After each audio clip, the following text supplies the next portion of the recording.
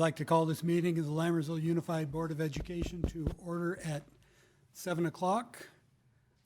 Just a gentle reminder, this meeting is being live streamed and recorded, so please silence or turn off your cell phones.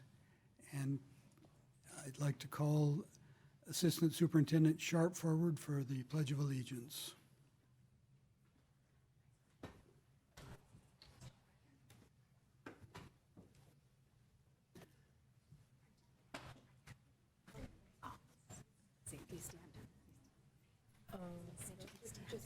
Please stand. Ready, salute. I pledge allegiance to the flag of the United States of America and to the republic for which it stands, one nation, under God, indivisible, with liberty and justice for all.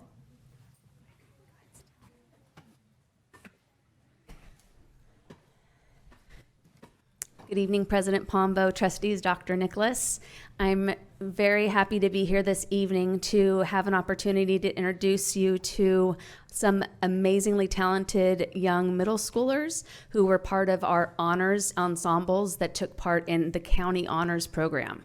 So they're going to come up and lead you through some slides to show you what they have gone through and experienced the last couple of months.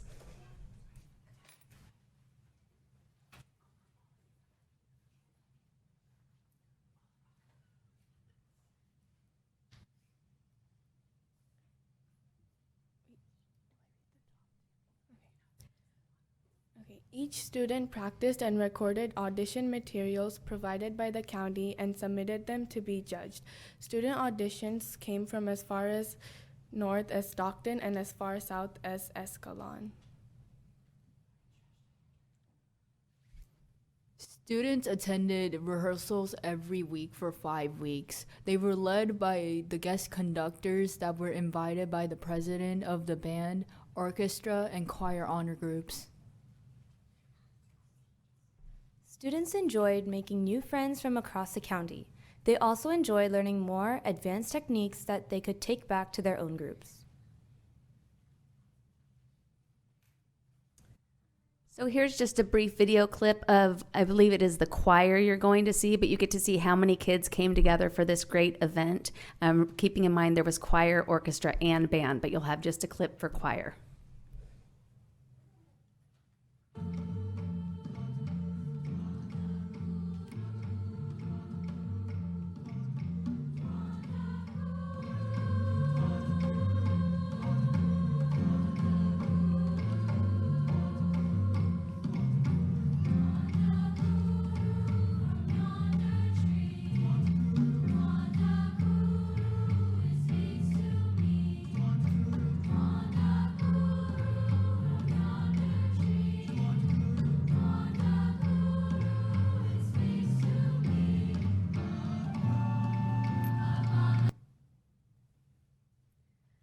So again, keeping in mind that these students, it was just over a 5-week period of time, and they actually, each group had 3 different pieces, Ms. Choi, Ms. A, 3 different pieces per group to memorize and learn in just 5 short weeks. So they did a great job. So at this point, I'm going to have Ms. Imani and Mrs. Choi come up to introduce our students. Students, you're going to come up and stand here. When everyone has been introduced, we will have you take a picture with the board, okay? All right, we are so glad to be here. I'm going to read our students' names. Students, forgive me if I mispronounce your names. I'm also here on behalf of the Bethany and Hanson and Cortez teachers who could not be here this evening. We are going to start with honor band. We have Catherine Shahan, Catherine Shahan, and Vita Kovuri,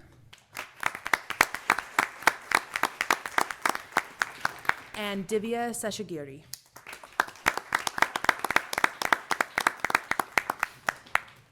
From the honor choir, we have Shrestha Aneda,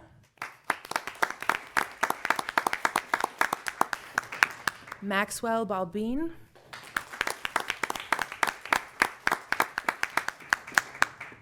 Angeline Bibbin,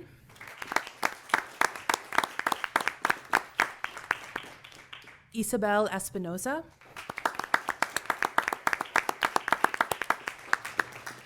Shrestha Namaneni.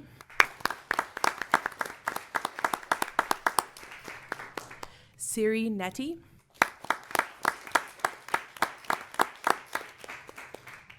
Arvia Shah. Ananya Sundar. Ashley Hernandez. Mackenzie Sharp. M. Whitkin. And Akshara Patnaik.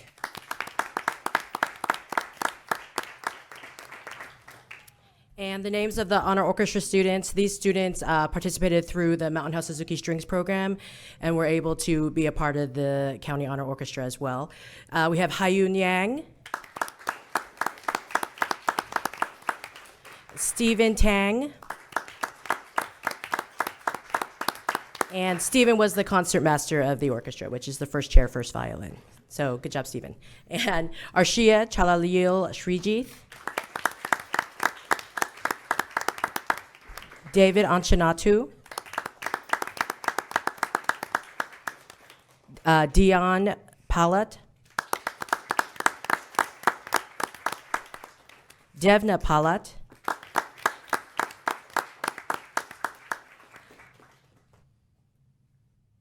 Joanna Midhoon, Anina Thomas. Oh, she's right there. Okay, Alan Deng.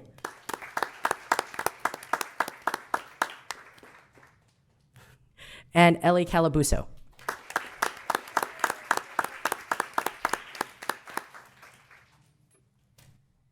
Great job, all of you. I'm so proud of each and every one of you. We're going ahead and go get a picture with you on the board right now. So I'm going to have you make 2 rows. So if you are the taller students, you can be in the back. The ones who are not as tall, if you can come to the front, because us people who are not as tall, I don't say short.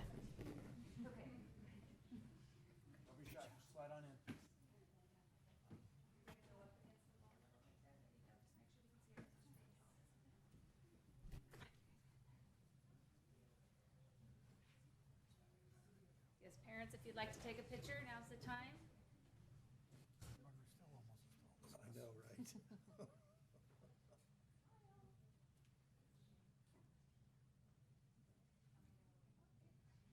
Okay, about 10 more seconds, parents.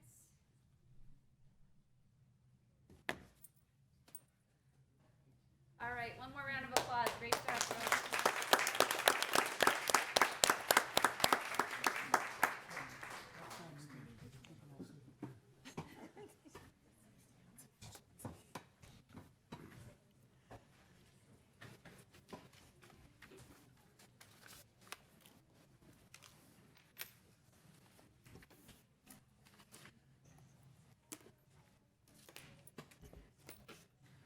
Thank you all, and congratulations on that honor. And thank you, teachers, for reading those names and not making me do it. I would like to congratulate all the kids too, and I've been a mom whose kids were part of the middle school county program. One was in orchestra and one was in band. So I have to thank all the parents who took the time to take their kids to the practice, because I know it's far away, and all the kids for accommodating the practice amongst their school homework. I know it's a lot of commitment, and great job. Thank you so much to the parents for that commitment. Thank you.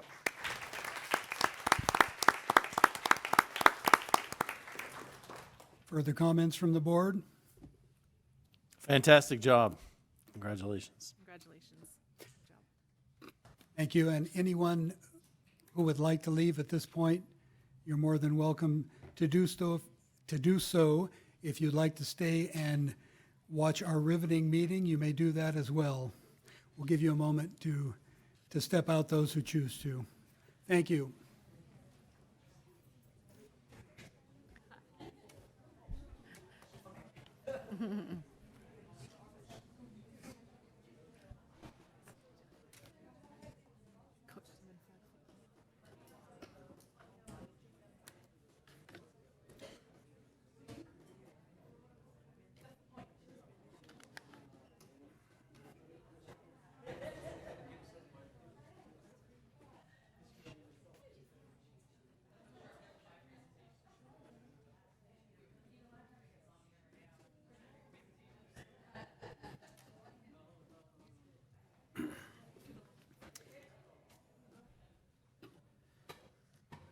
Roll call, please. Lisa Boulay, Here. Colin Clements, Here. Anita Daniel, Here. Stephanie Olson. Here. David Pombo, Here. Satya Sealam. Here.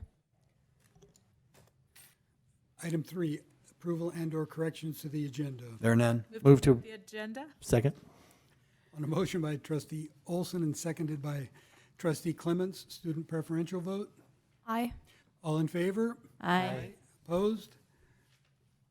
Motion carries. Item 4, committee reports. As soon as my computer catches up, I will. District Advisory Committee, trustee Boulay. Thank you. The next District Advisory Committee is May 17th at 6:15 here in the boardroom. Thank you. District English Language Advisory Committee, trustee Clements. Thank you. On April 20th, the district held a joint DLAC and education meeting, which was the last DLAC meeting of the 2022-2023 school year.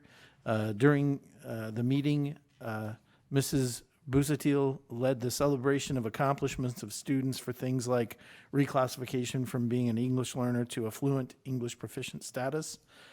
District staff also reviewed the Local Control Accountability Plan, or LCAP. Mrs. Sharp presented on the science curriculum adoption. I found the new science curriculum to be exciting, and I have to say I was very impressed by the way she got into the spirit of the occasion by donning the plastic apron, gloves, and goggles that our students will be wearing to perform experiments. I thought that was great. District staff also presented on Lexia, the K2 language arts supplemental tool. And finally, Mrs. Sharp presented on the Extended Learning Opportunities Program, or ELOP. End of my report, sir. Thank you.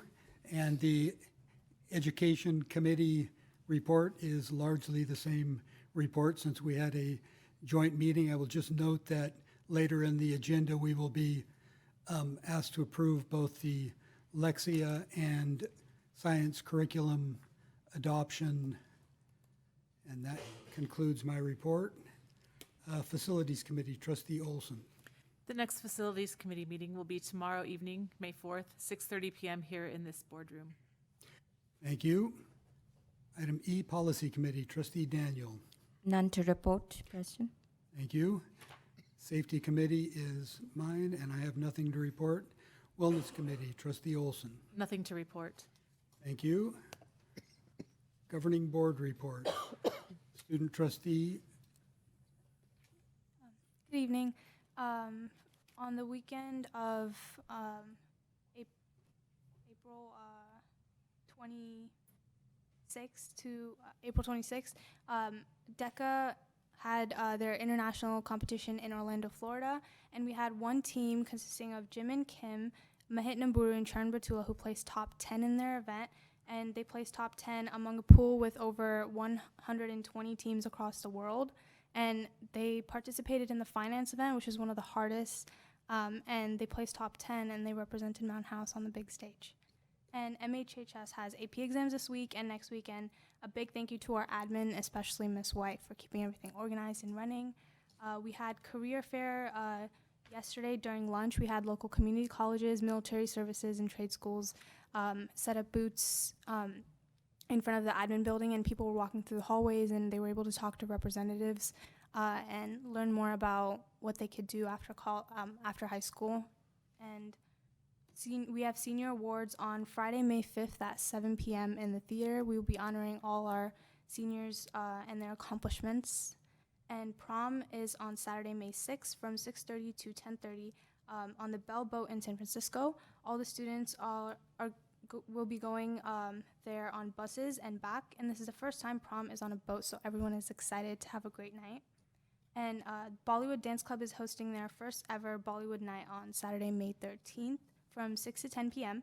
Tickets are $10 on GoFan and will be $12 at the door. And there will be a live DJ, food trucks, henna, and fun activities. We hope to see students and community members there. We have Field Day coming up on May 15th. This is the first time Mountain House High School hosted this, and leadership is planning a full day with activities and carnival-style games, and students will get a break after AP exams and relax before they head into finals week. And last but not least, MHHS SMAP presents Tour of Mountain House. This is the first ever student-hosted 5K run, and it's this Sunday, May 7th. The run will begin at City Hall, at the City Hall parking lot at 9:30 a.m., and it will end at Cortez Village Plaza. You can register for the event at tinyurl.com/SMAP register, and we hope to see everyone there. And that concludes my report. Thank you. Trustee Clem. Point of clarification, what day was the Bollywood? Saturday, May 13th, from 6 to 10 p.m. Thank you very much. Trustee Clements. Thank you, sir. As mentioned previously, I attended the DLAC meeting on April 20th, and I wanted to apologize to my peers on the board, the district staff, and the community at large. I accidentally planned a family vacation that overlaps with our board meeting in June, which will be the first board meeting in June, which will be June 7th. In the 8.5 years that I've been on this board, I've only missed one other meeting for a vacation, and that was when I made the mistaken assumption that since they didn't have board meetings in the spring break, they wouldn't have board meetings in the fall break. I should have known because we'd already planned the calendar, so we wouldn't have changed it, so that was a mistake. This one, however, I don't really have an excuse. I blew it, and I apologize. Because Trustee Olson and I will be on vacation at the same time, it means that if any other board member cannot make it to that board meeting, the board will not have a quorum and the meeting cannot be held. I know from experience how problematic it can be to know that you have to be at a given board meeting, no matter what happens. So again, I especially apologize to my fellow board meeting members for this oversight. That concludes my report, sir. Thank you. At this time, I will take the opportunity to ask Trustee Daniel and Trustee Boulay if they have any conflicts for that meeting, so that if there is an issue, we can. I don't have any conflicts that I know of. I will be there. Okay, very good. Thank you. Trustee Daniel. Thank you, President. On April 21st at 2:30 p.m., I attended the Mountain House High School Culinary April's edition at the culinary class, which was led by Mrs. Jody Larson and her catering students. The session was very well organized, and the young kids had a great time preparing yummy dirt cakes, following the step-by-step instructions from the culinary students who guided them. So it was actually a session that was led by the high school kids, and I'm basically a foodie. So I just loved being there and watching them make all the yummy stuff. And also they had made chicken pot pie during the class sessions, and I got to taste one of it, so that totally made my day. And I thoroughly enjoyed being there. I also talked to Mrs. Larson about the class and the pathway, and I got to know that 2 high school students this year have been selected to the culinary school. So we are so proud of the pathway and the accomplishments from the students. On April 21st at 4 p.m., I attended the Mountain House High School students versus teachers basketball game along with my husband. And it was just a treat to watch the students and the teachers play against each other. It was so much fun. And both of them were so close, but our students did end up winning by a point. But definitely it was so much fun, and I was cheering for both of them. So that was fun. And then I continued on April 21st at 7 p.m. along with Trustee Olson, and I had a great time at Quest Elementary watching the play Annie Jr. All the performers played their parts so realistically and sang so beautifully. Kudos to their drama teacher, the performers, student volunteers, staff, and all the volunteers of the PTA who supported them. And our principal played a role in that part of the play, so that was great to watch. On April 28th, I attended I visited Bethany Elementary School, and I had the great opportunity to be there on the Pioneer Day. It was lovely to see kids, teachers, parent volunteers, all of them dress up in costumes, and the kids each had a Pioneer name. So they were sharing those names with me, like when I asked them, what's your name? Each one thought for a second and then shared their, oh, that's my Pioneer name. So it was a great time. I went through all the stations, and at the butter churning station, I was given a chance to make my own butter, so it was so much fun. I have to also appreciate all the ASB and 8th grade volunteers who were helping out at the stations along with the other volunteers, and I could see their leadership skills there. I was told I just missed meeting President Pombo and Dr. Nicholas and Noel because I just came like a few minutes later, so I missed seeing you in the costume. Okay. So on April 29th, I attended the Wickland play along with Trustee Olson. So Trustee Olson and I have been definitely enjoying going together to all the plays the past couple of weeks together. I was definitely enthralled by the performance of both elementary and middle school kids.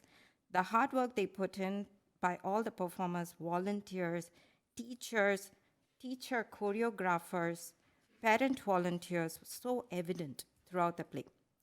There was this confetti shower, which was like there twice, and it gave the feeling of celebration to me as an audience, along with the entire team. The dance was choreographed in a manner where the kids got down below the stage and they were dancing on the floor too. So I felt like I was included as part of the dance. So that was a great idea. And every student was enjoying performing there. They were all like, the dancers especially, they were all smiling, even though they were performing back-to-back dance. So it was a treat to watch them. And I would like to thank Vicky Beckman and Wickland School Foundation for inviting me. I definitely had a fantastic time. They did a fantastic job watching Mary Poppins Jr. On April 29th, I also attended the Mountain House High School musical, Joseph and the Amazing Technicolor Dreamcoat. The performers played their role so beautifully. It was so much fun and entertaining show. And kudos to Ms. Hornbecker, and congratulations on a very successful end of the year show. My daughter, Cheryl, who was part of the Mamma Mia show last year, she specifically came from college all the way to watch this show. So that is the impact that these extracurricular programs have on our students. And it was just amazing to watch it with my kids who left to college. So it was nice to have them just for the show. There were also a few community events I attended on April 22nd. I attended the community health fair at the Gurudwara, and our DARE students were volunteering at that event. It was nice to see them there. April 29th, I attended the Tamil New Year event at Central Park. April 29th, I was also invited as guest of honor to the Mountain House table tennis tournament at Cordis School. And it was a very well organized event. And I did meet our custodians, Jose and Jose and Hilbert. And I went and thanked them for their time and their commitment during a weekend, because without whose time, I don't think these events would be possible. April 30th, I attended the KTM Tamil New Year event. I also attended the Mountain House Cricket Club's winter tournament. I was invited as one of the guests of honor, and I had the great privilege and honor for receiving a Volunteer Service Award from them for the Volunteer Appreciation Month. Recognition is such a great motivator, so I really thank them for that. I also met the custodians there, and it was really nice. I want to thank Jimmy at this moment. You know, it's nice that custodians are able to make their time during their family, giving up their family time, so I really appreciate. And I also want to emphasize that the organizations who host the events during the weekend definitely appreciate the time that our custodians put in. This week is Teacher Appreciation Week, so I would like to appreciate all the teachers, thank all the teachers and all the substitute teachers for their commitment and their efforts to our schools. Lastly, I would like to wish all our high schoolers who are taking the AP exam all the very best. There ends my report. Thank you. Trustee Boulay. Thank you. Given that it is Teacher Appreciation Week, I also want to thank all of our teachers and staff for their passion and their dedication to our students and ensuring our students' success. And I do hope that this week at each of the schools, our teachers and staff are getting pampered. On April 20th, I attended the joint DLAC and Education Committee meeting. And yes, indeed, the highlight of that committee meeting was when Superintendent Sharp donned her science wardrobe and introduced the science curriculum. But I also really enjoyed getting a chance to see the science curriculum, the books, the kits, etc. It's very exciting, and I'm glad that we are bringing this to our sixth through eighth grade students.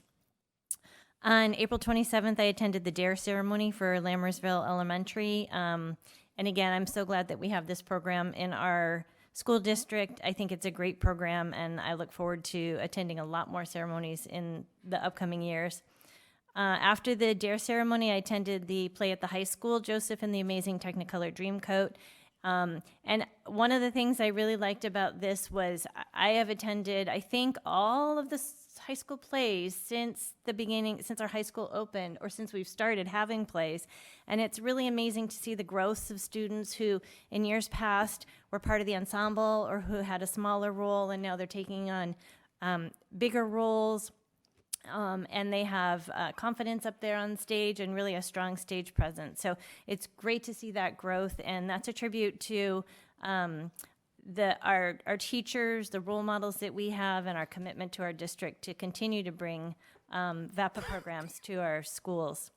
On the 29th, I attended Mary Poppins at Wickland Elementary, and again, another fantastic show. I want to thank all of the parents and volunteers and the Wickland staff who volunteered their time to produce this show. And then yesterday, I attended the spring concert at Mountain House High School, and it was senior night, so it was, in addition to some fabulous music, particularly the percussion, who had just a very creative drum ensemble, or drum solo. Well, not a solo, I guess it was the whole percussion, but they played on Home Depot 5-gallon buckets, and it was just so creative, very, very energetic, and such fun. But it was a bittersweet night because it was senior night, so we were, saying goodbye to our seniors and knowing that this was their last performance, but it was a great performance. And that is the end of my report. Thank you. Trustee Olson.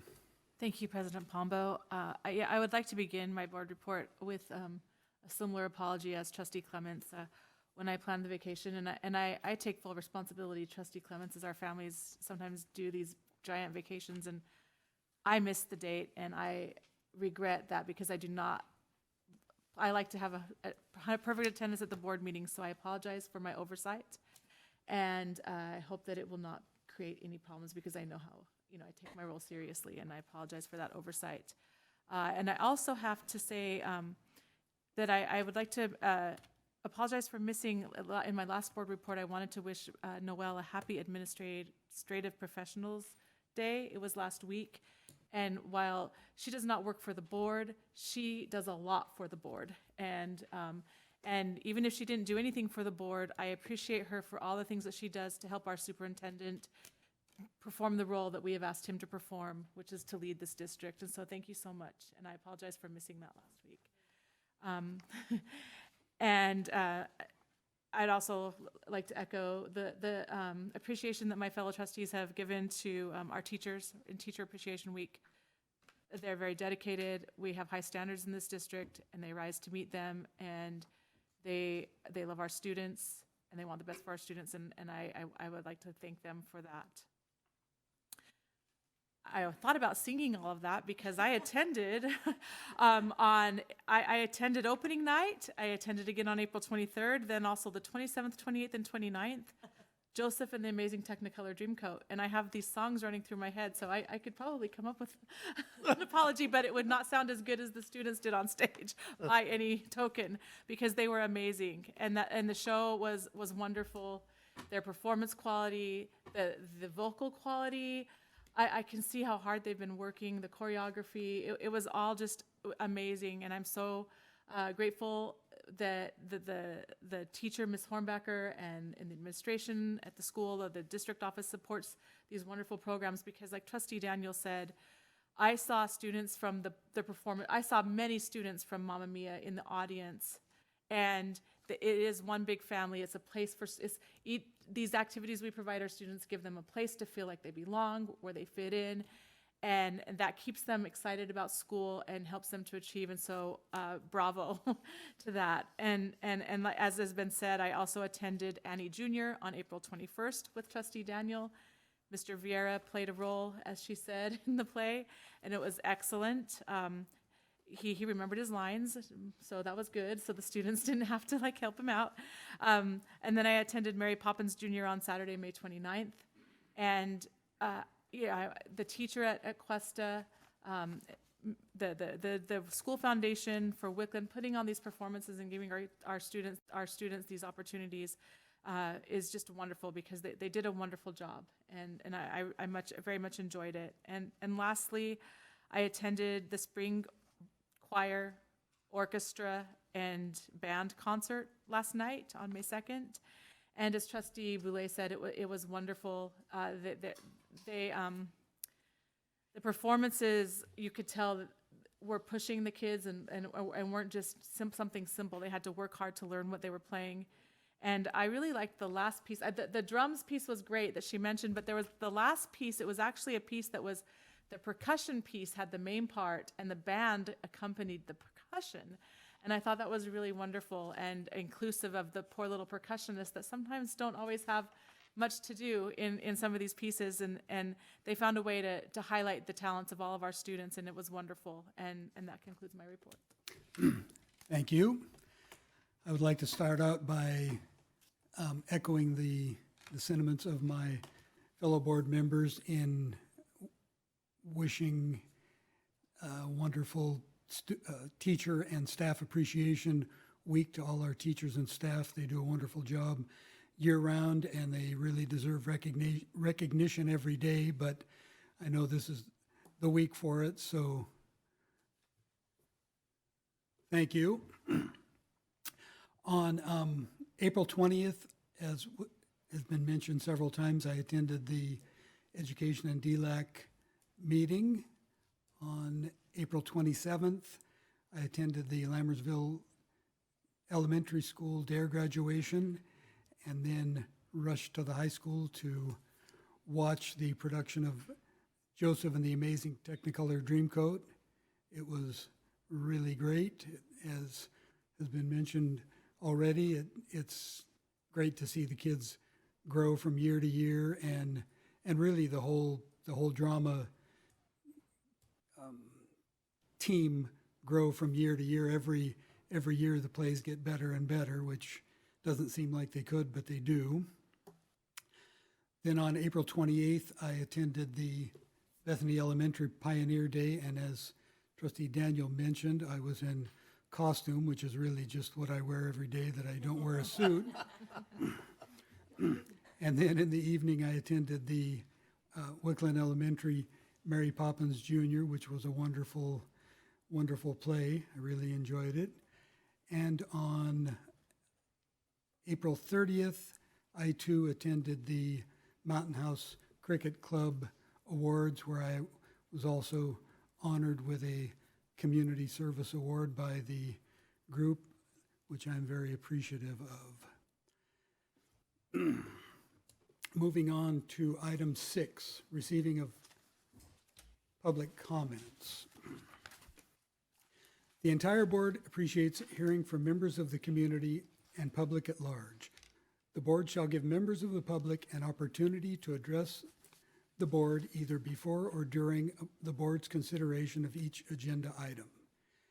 At a time so designated on the agenda, members of the public also may bring before the board matters that are not listed on the agenda of a regular meeting. The board may refer such a matter to the superintendent or designee or take it under advisement, but shall not take action at that time. The board may place the matter on the agenda of a subsequent meeting for discussion or action. Individual speakers shall be allowed 3 minutes to address the board on each agenda or non-agenda item. The board shall limit the total time of public comment on each item to 20 minutes. I see no blue cards, but if anyone in the audience would like to make a public comment at this time, please come forward. Seeing none, we will move on to item 7, consent items for consideration. Item A, governing board meeting minutes. Item B, contracts under $50,000. Item C, ratification of 2022-2023 new hires. D, ratification of resignations. E, updated 2022-2023 fundraisers.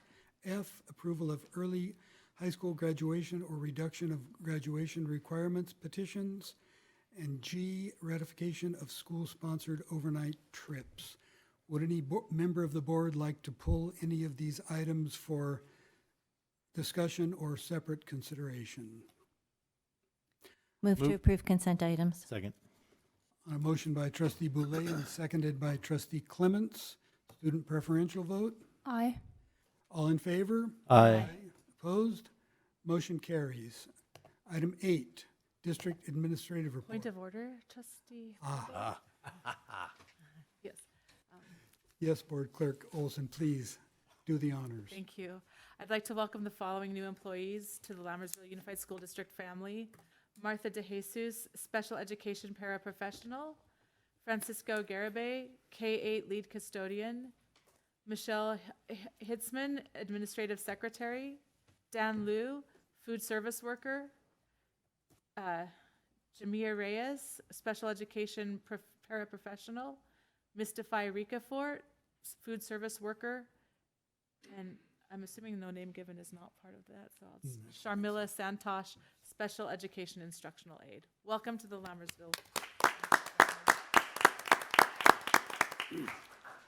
And I apologize, trustee Olson, I was kind of on a roll. Item 8, district administrative report, superintendent's report. Dr. Nicholas. Yes, I have a couple of quick items and then a short set of presentations. On top of teacher appreciation and staff appreciation, it's also School Food Hero Day on May 5th, 2023. I know we have plans through Director Bernie Hill. The Bernie runs a great program. We feed lots and lots of kids. Over the last few years, the open door to anyone who wants to eat at any time has made food service a new adventure, but she has and their staff have risen to the occasion. But while we're celebrating everybody else, just remember School Food Hero Day is also on Friday. Okay, so we live in a vibrant community, which changes its complexity each year. In terms of the role of the school district in the community, we build a new school every 2 to 3 years. We're opening a brand new one in August, Costa Elementary School. I'm already in the initial discussions about how we're going to pay for the next one in Neighborhood K, and in negotiations with not 1, not 2, but 3 separate developers and all of the wonderful wonderment that we have with them. I say that because one of the things that we have committed to in this district is building the individual capacity and group capacity of our staff, and we do that through a commitment to professional development. And one of the things that we began to work on about 2.5 years ago was what has become called the Drive to 9,000. And the Drive to 9,000 is, geez, we're 6,500 kids. In about 4 years, we're going to have 9,000 kids. What are we going to do? So what I can share with the board before I call up our speakers is we build something, we grow, and we have to rebuild it. And then we grow, and we have to rebuild it. And that cycle repeats itself. And so what it puts on our leaders and our staff is they can never become complacent because the place changes every year. And so one of the things that we decided to do, it started at cabinet with this simple exercise with the triangle, which is where are you on your individual journey to your own fulfilling of your own potential? Where are each individual member of your department team and your team as a whole in your department in fulfilling their potential? And how are your systems in your individual departments doing in preparation to get to 9,000? Out of that was born a conversation where we said, you know what, we need to start training not just our teachers, not just our individual staff who do individual activities in the district. We need to take our team leaders and our mid-level management leaders and provide them with a robust leadership training. That in order for this to be sustainable as we build and grow and rebuild, is we have to have a culture and a common language and a common vision for what leadership is in the district. And so we have our first cohort, which has approximately 17 people. They're finishing up with phase 3 of a five-phase training going forward. And we're starting next school year with our principals and vice principals with the same training. So in total, it'd be over about 45 total people going through this experience. Each phase ends with a presentation of all the participants to Associate Superintendent Harrison and myself as their culminating explanation of their experience and what they plan to do. So tonight I've asked 2 of our participants in cohort 1 to present to the board what they've learned. And so we have one member who represents our classified employee group. She is an HR analyst. Her name is Athena Solario, and she will present first. And then we have Associate Principal at the high school, Brian Shum, who will give a certificated employee's perspective on their training. So we're very excited that Athena is going to present first. I know she's excited too. So we're going to invite her up to give her a presentation on Drive to 9,000.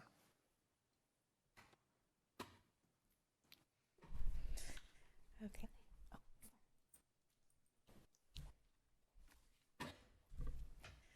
Good evening, President Pombo, trustees, and Dr. Nicholas. My name is Athena Solorio, and it is my pleasure to present to you my journey through the Drive to 9,000. I want to first begin by talking a little bit about where we have been and then go into where we're headed. In phase 1, we learned all about the motive, finding our why and looking at the bigger picture. In phase 1, I learned to develop myself and my team, the importance of running great meetings, communicating effectively and repetitively, and engaging in healthy conflict. In phase 2, we learned about the 5 dysfunctions of a team. We started looking at the dynamics of how teams get things done. During this phase, I learned a lot about my personal strengths and weaknesses and how to continue guiding my team to success. So what does it take to be an ideal team player? You'll find it's the right mix of humble, hungry, and smart. Let's talk about the first virtue. What does it mean to be humble? It's someone who is open-minded, an attentive listener, collaborative, shares credit, and has an emphasis on team. While we were learning about humility, we watched this video about water, and it stuck with me. Whether the water is in a stream or a river, it's all leading to the ocean. When that water comes across a pebble, a rock, or a boulder, It doesn't change its flow because eventually it will lead to the ocean. I need to learn to be more like the water, to resolve conflict without force, to open up and step up and work on building my confidence. The second virtue is about being hungry. I believe this is something that we're born with. It's that constant need to strive for excellence, always taking the lead, seeking mentorship and learning opportunities, and being self-motivated.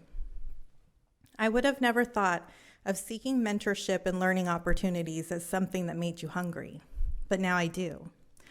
With the guidance of Director Barrios, I have been able to grow my leadership. The third virtue is about being smart, and this isn't having a 4.0 GPA. This is about being intellectually brave, having a growth mindset, and being self and socially aware, having consideration for how your actions affect others. So what happens when you have someone who has two of the virtues but is lacking one? When you have someone who is humble and hungry, but they lack that smart virtue, you run into your accidental mess maker. They mean well, but they're bulldozing through everything and making a mess. Then you have someone who's humble and smart, but they lack that hunger. That's our lovable slacker. We love working with them. They're lots of fun and they get the job done, but they do the bare minimum. Lastly, you have someone who is smart and hungry, but they're missing the most important virtue of humility. That's our skillful politician. So now let's change focus to our strengths and opportunities.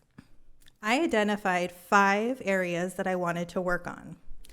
One is ownership of roles, and that's allowing my teammates to be accountable for their areas and allowing myself room to do more. I want to be more humble. I want to continue my work being intellectually brave and growing in areas outside of my norm. An example of this is working this year with our student services team and Director Barrios to create a rubric that we can use going forward to align our middle school electives with CalPADS codes and teacher credentialing. This will enable our administrators to run the programs that they want to run with the employees that they have. I want to seek first to understand. Oftentimes, I think it's more important to listen than speak. And the person who speaks last is often the smartest because they've had the benefit of all the knowledge that has been spoken before them. I liked this quote by John Maxwell. As a leader, the first person I need to lead is me, and the first person I should change is me. So first, I want to talk a little bit about this quote. Problems can become opportunities when the right people come together, by Robert Redford. I got to see this in action about a week ago. We were having an HRA training led by Assistant Superintendent Grijalva. She is taking the lead on the Human Resources Authorization System, which is another paperless initiative. We had all of our payroll benefit specialists and personnel techs in one room, going through workflows and learning together. Along this path, there were a few bumps and lots of questions, but everyone in the room had one common goal. They wanted to see this succeed, and I got to watch these problems become opportunities because people came together. At the beginning of Phase 3, we were tasked with developing actions that we wanted to see for ourselves, for now, in the future, and long term. For myself, I would like to continue working on being self-aware. There's a ripple effect between the way you conduct yourself and those around you. In the future, I want to share knowledge. I want to take all that I've gained in the past 9 years working for Lammersville School District and share that knowledge with my team. I want to model what I want to see in others. An example of this is this year we've been making the transition from Laserfish, which was our paperless process, into Informed K-12, which is our new paperless initiative. I could have approached this one of two ways. One, I could have thought, wow, I'm going to redo work that I've already done. Or two, I could look at it as an opportunity to improve upon the processes that we had, help streamline everything for my personnel techs and payroll benefits specialists to make it easier for them to transition into the new system. I chose the latter of the two. My long-term goals are to work on my relationship with management. That's with my cohort group and beyond. I want to work to inspire others, communicate effectively, and take accountability. So now that I've managed to pull myself out of the weeds, I am learning that I have a lot more time to do more. One of the first things that I worked on was creating an HR credentialing guide. This guide will be used with all of our new hires to help them see their path from their first credential all the way to their clear credential. It will be a tool that our administrators can use to see all that our teachers have to get accomplished, and a resource for our personnel technicians to use as a guide as they apply for credentialing. Next, I'd like to talk a little more about Informed K-12. I am pleased to say that as of today, the HR team has effectively transitioned completely out of the Laserfish system into Informed K-12. We currently have 50 live processes. Of those 50, 11 were created by the Informed K-12 team, and 39 were created by HR. Out of those 50 live processes, 18 of those are brand new. They're ways to streamline and make our processes more effective and efficient. And lastly, I want to continue assisting with the development of HRA and be a support system to all of the other employees who are learning the system as well. So I leave you with one more quote. Teamwork is the greatest competitive advantage we can have, by Patrick Lencioni. This really resonates with me. Prior to coming to Lammersville School District, I had only worked pretty much everywhere for about 3 years. I was always looking for something bigger and better, something more challenging, something that was going to make me feel fulfilled. And then I came to Lammersville. Being here for 9 years is no mistake. I finally found my home. That's my presentation. Thank you. Thank you. Are there any questions or comments by the board? That was a great presentation, and I could really tell that you learned a lot in the cohort, and thank you so much for sharing everything with. Thank you. Great job. Yeah, I second that. I mean, we've heard about the Drive to 9,000 quite a bit, but we've I think understood the broad scope, the broad picture, but you really gave us a personal picture of step-by-steps what you have been learning and what you have been doing. And so for me, that's huge. It's very helpful to get a better picture of what Drive to 9,000 is all about. Thank you. You did a great job. Thank you for the clear and concise presentation. I really enjoyed all the quotes. I do have a question. What does live processing mean? They're online processes that we no longer do in paper. When I first started in Lammersville a long time ago, we used to run lots of paper packets. Now we do everything online, and it's so much easier, especially when we're doing hiring from out of state or anything like that, and it just makes everything more efficient and quick. Awesome. Thank you. Thank you for sharing. And I'm not going to forget the humble, hungry, and smart. Thank you. And it takes a lot for a person to come out and share that you need to be more humble. That's great. Thank you for sharing. Thank you. You did a great job. Fantastic. Were you excited about doing this, or did they kind of have to drag you into it? I have to be honest, I was terrified. That's fair. It's the number one fear is public speaking. You did a fantastic job. And now that you've done it, see, it's not that bad, right? Yeah. Great job. Thank you. I would just like to echo everything my fellow board members have said, and thank you. You did do a wonderful job. Thank you so much. I really appreciate it. So to have a high-functioning district office processing all those people and papers and all that stuff is part of what we do to help educate kids, even though people correlate education with the classroom. So that's a look from what we do at the district's perspective. And now we're going to bring up Associate Principal Brian Shum, who's going to show what we do to take these kind of leadership trainings and apply them to the classroom and to teaching staff.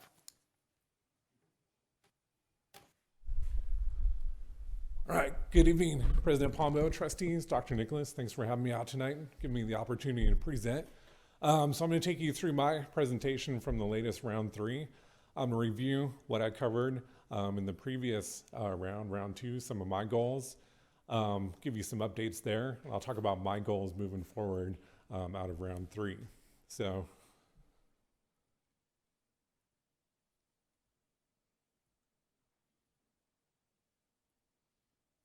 I was a technology coordinator. Did you break it? There we go. So, like Athena, the idea of water spoke to me. So this was a quote that came across in one of the trainings that we were doing. We were focused on humility, and it reminded me of a place that's pretty near and dear to me. I've been exploring Yosemite for over 40 years now. A couple years ago, I did almost 200 miles through the backcountry there. When you're out there, like away from the valley, out in the backcountry, it's just a tangled mess. There's trees down everywhere, there's wood, but you realize that the common factor that's breaking all those things down is water. And it's not always dramatic like it is in the waterfall, but it's always there, and it comes on in lots of different forms and comes at you as ice, sleet, snow, rivers, and it's constant. And one of the things that I've taken in as a leader is I'm not always the most flashy or the fast person, but I am persistent, I'm steady, and I'm unrelenting when it comes to getting things done. So I tend to visualize myself as water, and that kind of spoke to me as one of the quotes that I took from the training. So as far as an update goes, there was a couple of things I committed to through round 2.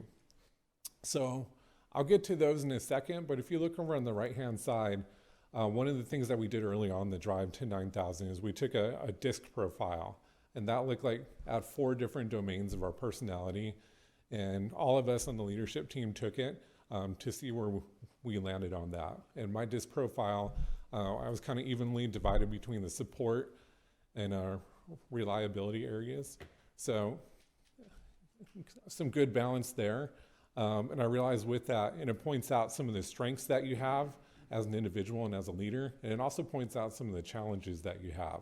So going into this, it gives you some really thoughtful things to be able to look at, and I found this was incredibly accurate, having taken that profile. So as far as strengths, setting realistic goals, following up on a regular basis, giving direction in a non-threatening manner, and some of the challenges for me were offering ongoing encouragement, sharing positive emotion, which could boost morale, pushing people for results. So when I was coming up with goals for myself, I was looking for things that were going to play to my strengths and I could build on, but also pushing me outside of my comfort zone a little bit and looking for things that would challenge me. And that's the takeaway from one of the first rounds of the Drive to 9,000. In round 3, we took that a step further, and we were looking at the idea of humble, hungry, and smart, and having a balance between those 3 characteristics being necessary to be an ideal team player. And Athena talked about what happens if you only have 2 of those. It's really necessary to have balance. We all took an assessment to see where we landed. I was happy to see I'm pretty fairly balanced there. But again, it gave me something to think about when it comes to strengths and weaknesses. So coming out of round 2, I had 3 goals that I want to give you some updates on. One was to complete our PLC cycles. So at the high school, our collaborative teams, our department teams are set up around PLCs, professional learning communities, and the cycles that they go through is they give an assessment, they get together as a group, they talk about the results of that, they do inter-rater reliability, they talk about how you would score this versus how I would score this to get some uniformity, and based on those conversations, they make decisions that impact instruction. What can we do to teach this better next time? What kids need intervention coming out of this?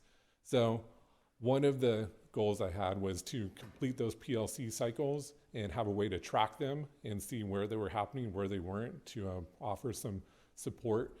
And we had gone through the 5 dysfunctions as a team, which was one of the Patrick Lencioni books, and that was to address the inattention to results. So one of the failures as a team is not having results to focus on.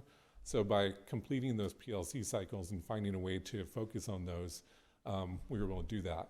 Another one was to create a PLC dashboard, because one of the other 5 dysfunctions of a team was lack of accountability. So when we have data to look at, that holds people accountable to meeting those goals.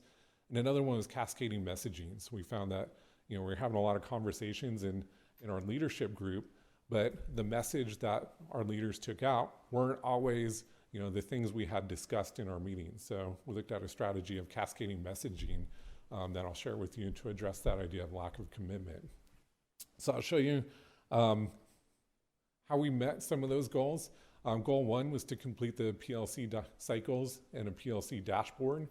So we created this dashboard to track how our PLCs were doing across the board. So each of our departments, we're able to categorize as green, they've met that goal for that area. Yellow, there's still some work to do. Or red, it hasn't been completed yet. So this took an idea where we were having conversations about PLC and we were talking about what was going on, but we really didn't have a systematic way to see, are these things really going on? And if they're going on, how do we see the depth of the conversations that are happening? So the PLC dashboard required the teams to actually present evidence of what we were doing. So the first part of that happens at the first part of the year. All the teams develop their norms, they identify their essential standards. Those are the skills that they're guaranteeing kids are going to know as they go through each individual course. They have a redo, retake process that they've articulated, and they've divided themselves into teams. So we look for that. And as they go throughout the year, for each semester, they identify what their common assessments are, and then they post the results of that. And that's evidence of those conversations happening. So once we have a system for that, then we can go in and check, and that helps us identify, where we need to support. So, and it also gives us a way to celebrate those teams who are doing really well. So we're able to pull things from here as examples to hold up to other people and show, this is an exemplar of what we're trying to accomplish. And this is an example of that. This is some evidence of a team that's gone through that process of an assessment analysis. So they've identified an essential skill. They told us what their SMART goal was, and they had some discussion. So they talked about the assessment that they gave. They came together to score those and focus on inter-rater reliability to make sure there was consistency. And then they tracked their scores across their classes and compared those to each other. And by having that conversation, they were able to say, okay, you taught this well, I didn't teach this quite as well. And so they were able to talk about what they were doing in the classroom to address those. So by having the PLC dashboard, having people post things to that dashboard, we're able to have evidence of what's happening, both to provide that support and give us something to celebrate as we're moving forward. Another goal that I was focused on was this idea of cascading messaging. So we have a leadership council at the high school that meets every 2 weeks. It's department chairs and other leaders from the campus. And we make a lot of decisions. We talk about a lot of things there. And what we had found was, those decisions, those discussion items don't always reach each individual staff member, kind of like the game of telephone as it gets played out. So this was a way at the end of those meetings to come back together as a debrief and really talk about, this is what we discussed today. What are you going to talk about when you go out to your teams, and commit to that to make sure the message was clear. And I found this was a little bit tedious to put into every single meeting. It wasn't really necessary. But when we came to big decisions and things that we felt were important to communicate, we were able to use this. And along with that idea of clarity, we had identified as an administrative team, clarity was a real need for us coming into this year. Being clear about our goals, being clear with the communication that was going out, and being clear about the responsibilities that teachers had on a day-to-day basis. So we developed a teacher responsibility chart where we identified an objective for each of the categories that teachers are responsible for on a day-to-day basis, which includes instructing, assessing, collaborating with each other, intervening, restoring, and other professional responsibilities. We identified some tight expectations for that and indicators that we're looking for. So this was all about developing systems to create clarity and give us something to look at to make sure we're moving in the right direction. And along with that, we have high expectations for teachers. Our teachers do an amazing job. And we also want to give lots of opportunities for feedback, voice, and involvement through those teachers so that things that we're doing are informed from their perspective as well. So we highlighted all of those things that we have in order to get some feedback from them.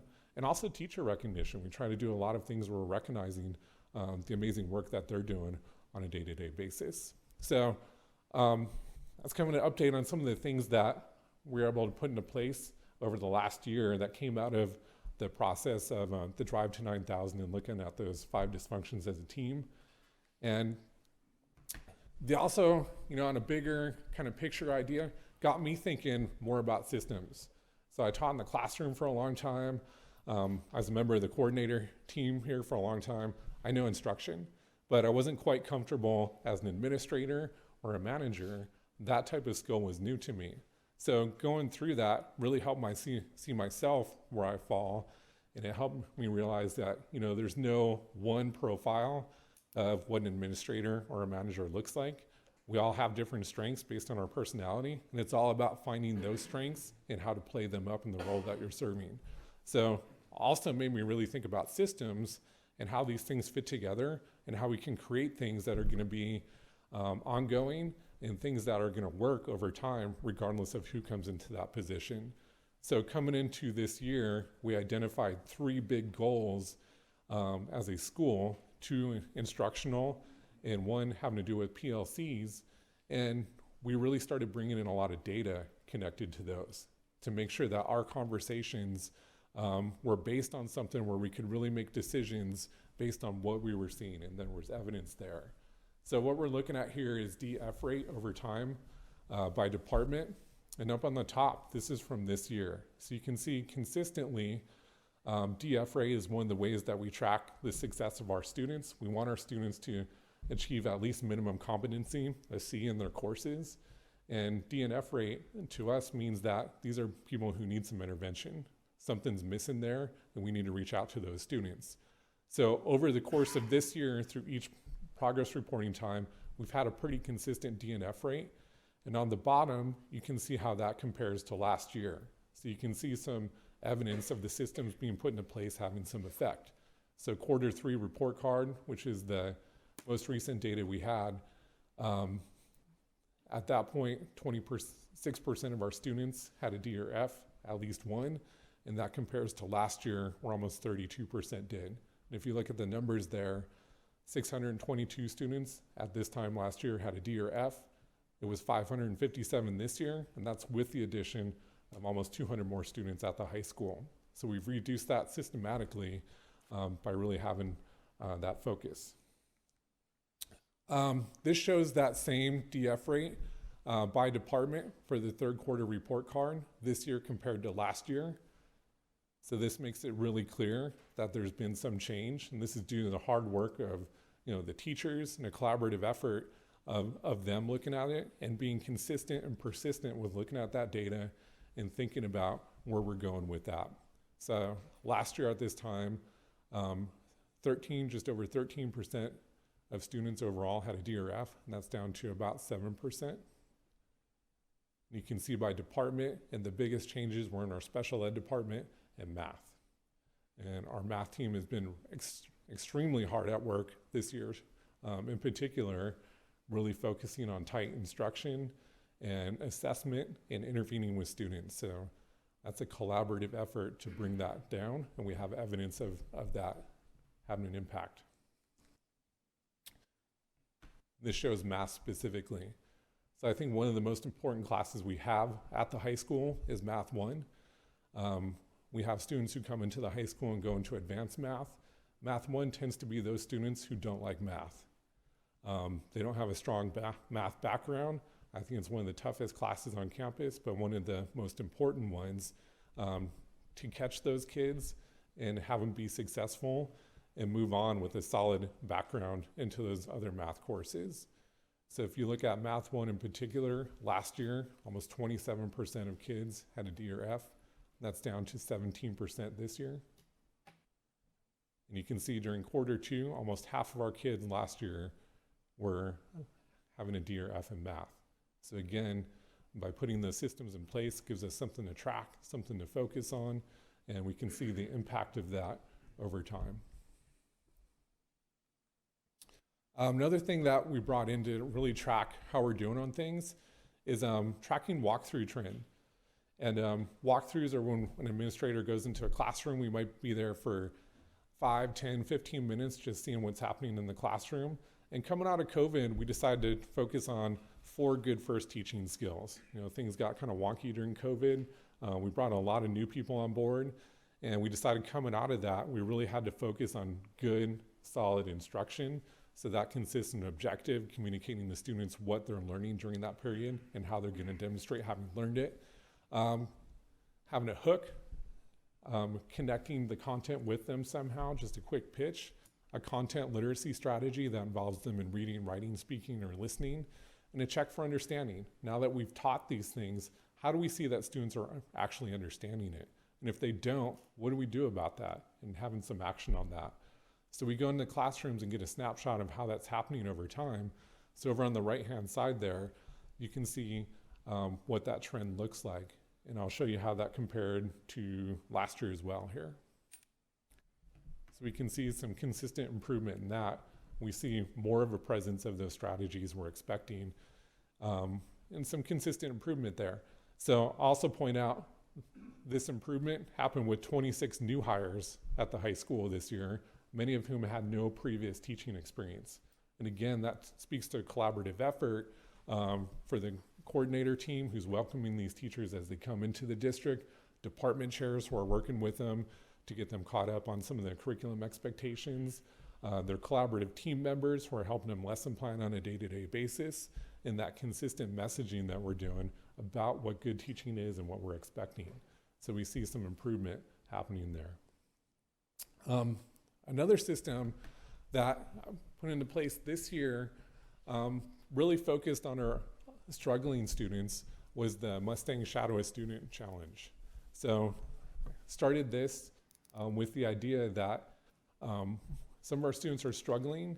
We have a lot of high-performing students who are doing an amazing job, but some our struggling students need a little bit more support. So the Shadow a Student Challenge was a way for teachers to get out and see what school looked like through their eyes for an entire school day. So the way it worked is, you know, I brought these students into my office and they said, hey, I got this idea.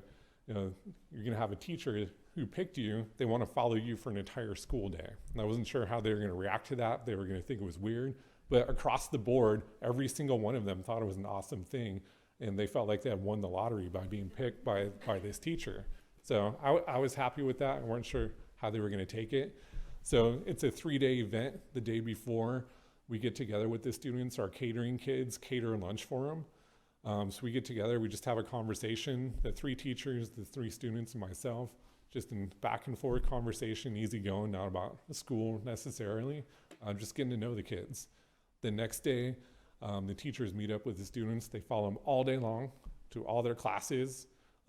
They go to lunch with them. They see what school looks like through their eyes. And then the day after, we get together for a debrief. So I get them pizza, we get back together, we have a conversation, and then the teachers present their findings to the rest of the staff. So they say, you know, by doing this, I learned that. And this helps teachers get a bigger perspective too, because typically as a classroom teacher, you're in your classroom and you're within those walls. And sometimes it's easy to lose track of the bigger picture of what these kids are experiencing as they go through 7 periods a day. So I want to share with you a video. It's a quick, about 1-minute video. As students are having that conversation with us, I ask them all, what's one thing you would improve about the school? So.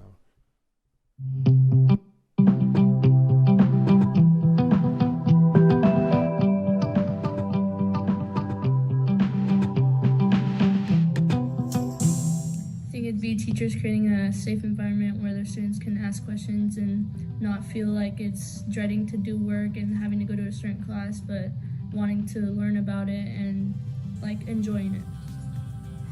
Ready? All right. I think that teachers should take more time to explain the information that's being taught and really make sure that the students understand what's supposed to be being taught in that lesson. Okay. The same thing what he said, like the teachers are always like giving us a little bit of time to do work, and then they do other work, and then people are like not finishing the same time that they do it, and then people ask for help, but they don't really help you, and then they just go to another lesson, and that's it. And we need more time to finish our work. That's it.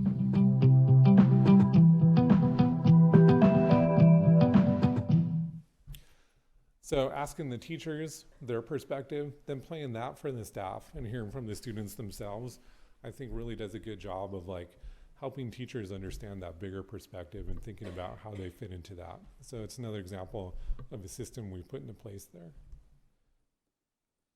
So those were updates on some things that have happened the past couple years going through the Drive to 9,000 program.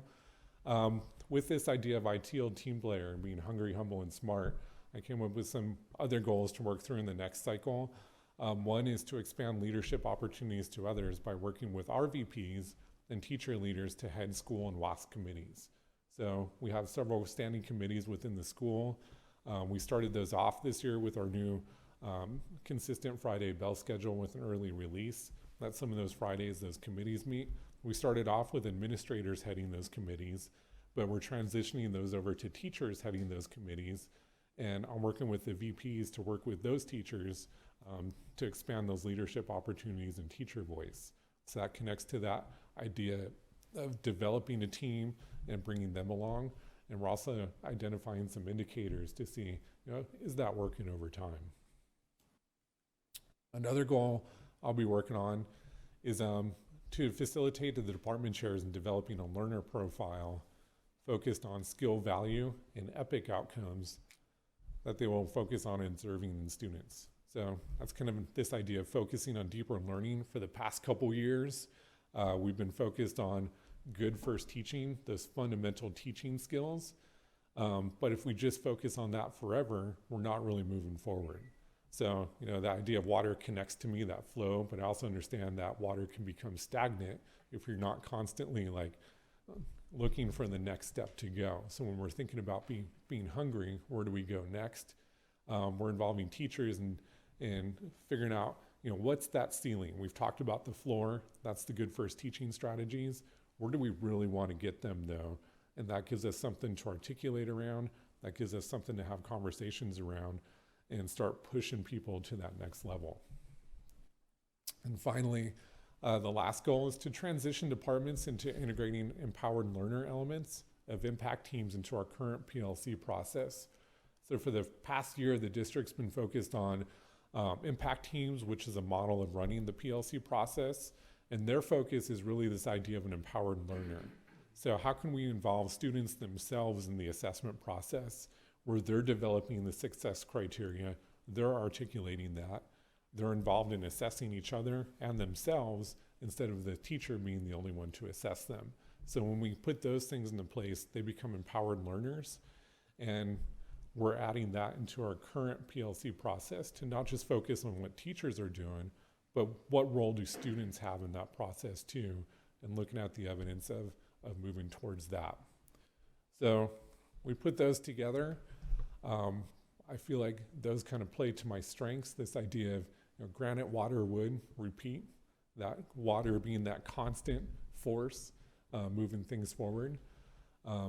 Some expanding leadership opportunities, focus on deeper learning, and working on that shift to formative assessment and intervention through the impact teams. And I'm choosing those because it's rooted in my strengths, but also pushes my challenges, moves us beyond the floor into more of those ceiling type conversations, which is all about being hungry. It's about building capacity in systems where we can track what's happening and consistently improve. And it's related to the focus that We have across the board, which is the fundamentals of instruction, PLC, and collaborating as educators and developing our CTU programs.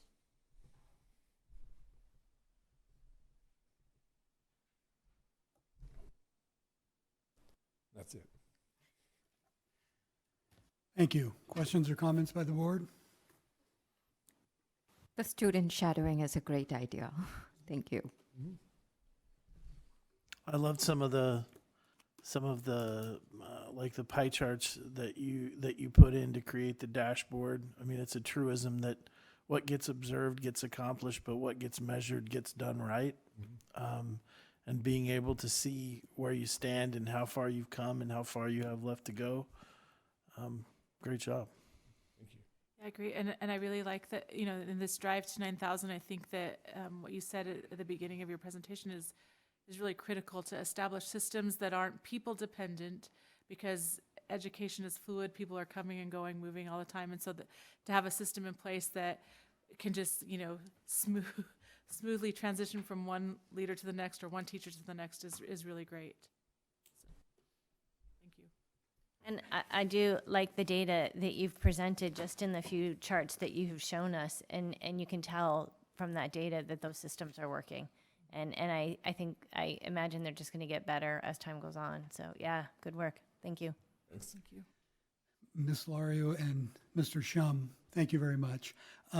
Sometime back, I told the superintendent that the board kept hearing about the drive to 9,000, and we knew what it was, but I didn't feel like we understood what it was.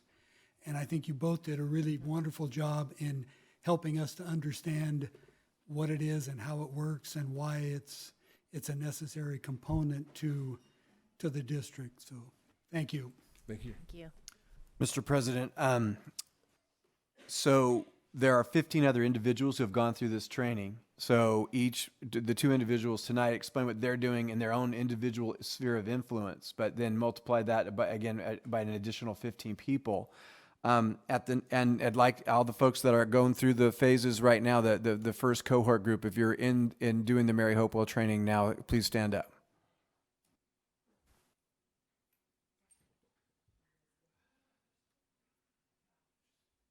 And Sharp has forgotten that came in late, but she got there. So this is part of the 17 folks that are going through. Thank you very much. You can sit down now. Sharp, if you want to stand, please do. And they'll be on next board agenda will be the consent agenda contracts for the next cohort, which will be mostly made up of principals and vice principals. If I may, Mr. President. Yes. One comment for Dr. Nicholas and staff. Going through the growth that this district has,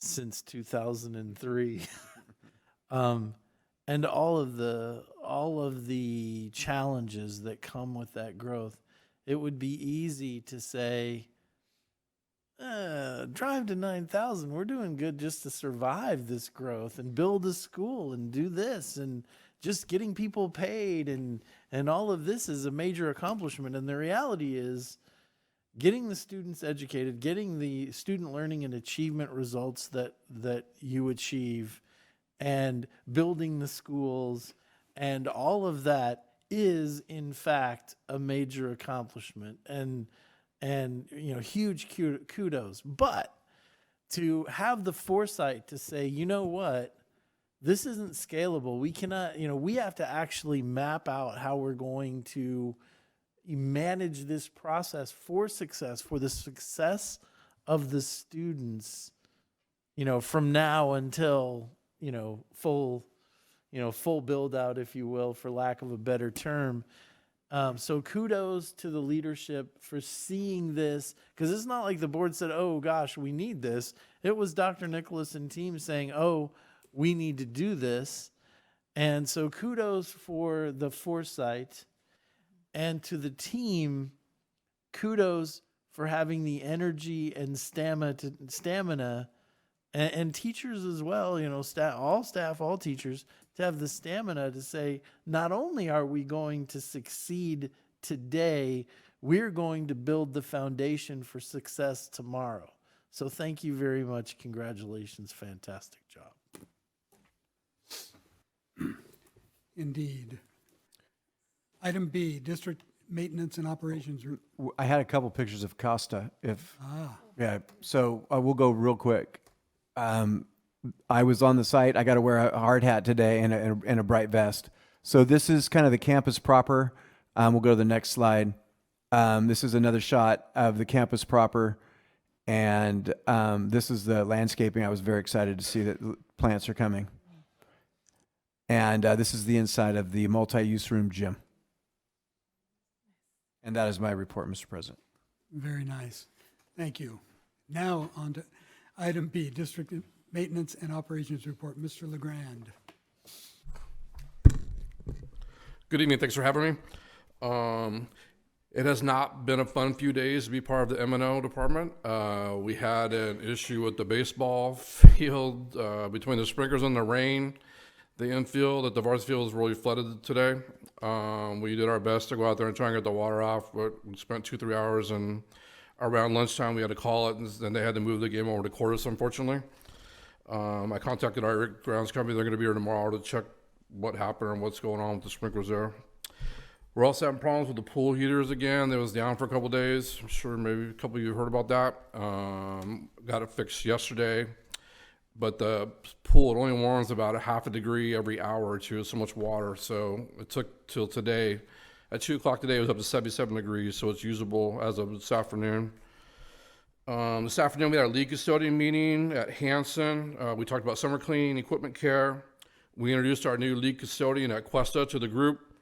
Unfortunately, we also had to say goodbye to our lead custodian at Cordis. Her last day is tomorrow. She's leaving the district, and we're sorry to see her go. On Monday, I met with the new pest and animal control company. We're looking to combine those services July 1st, get better pricing, better service.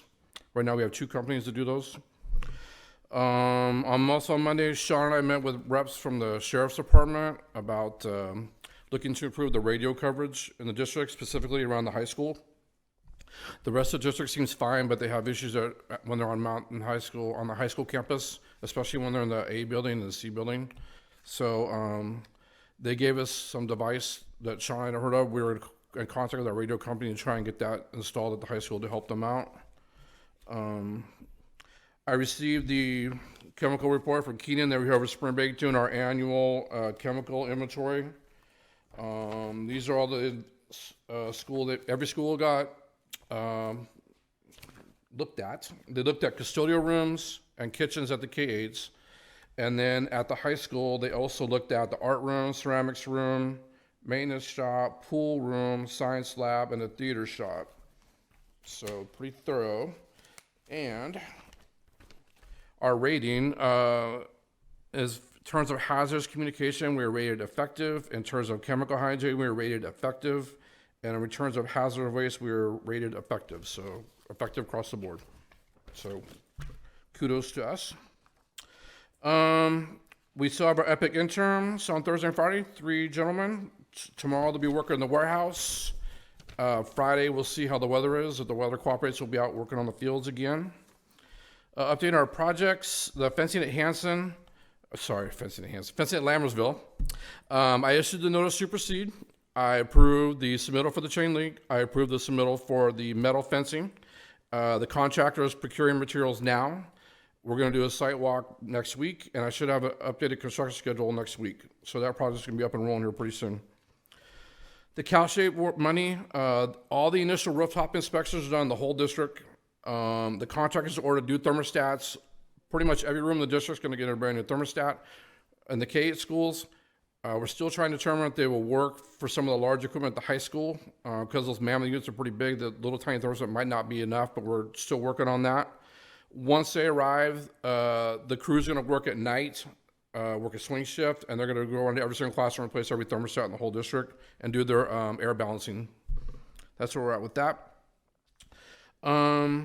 Tomorrow and Thursday, our new groundskeeper starts. We have our training with the little guy, the new robot. It's all day tomorrow, all day Friday.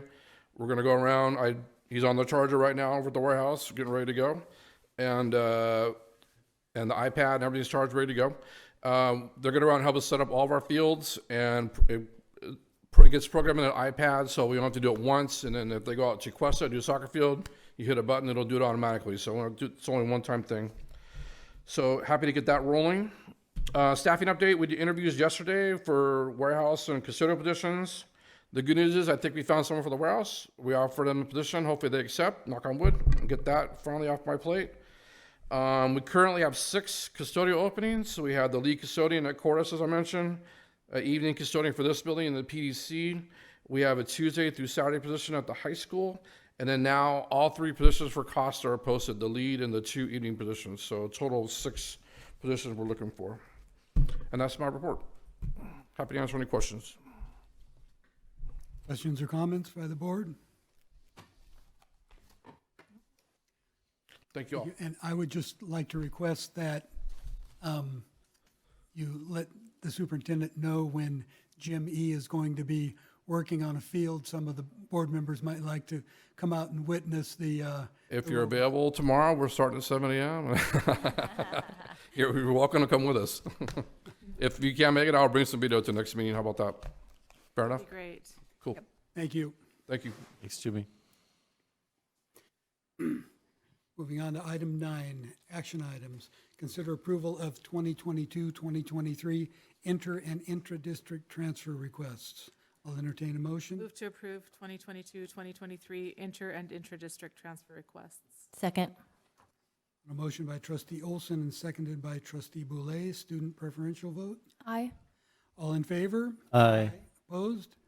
Motion carries. Item B, consider approval of 2023-2024 inter and intra-district transfer requests. Move to approve the 2023-2024 inter and intra-district transfer requests. Second. On a motion by trustee Boulay and seconded by trustee Clements, student preferential vote. Aye. All in favor? Aye. Opposed?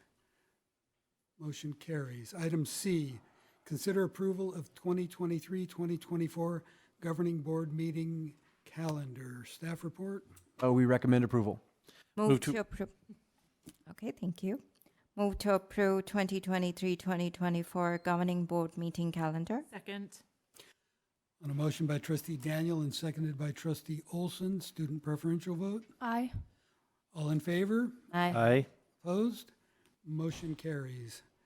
Item D, consider approval of the 2023-2024 Lammersville Unified School District California Interscholastic Federation, CIF, Representative Mr. Adam Auerbach and alternative representatives Ms.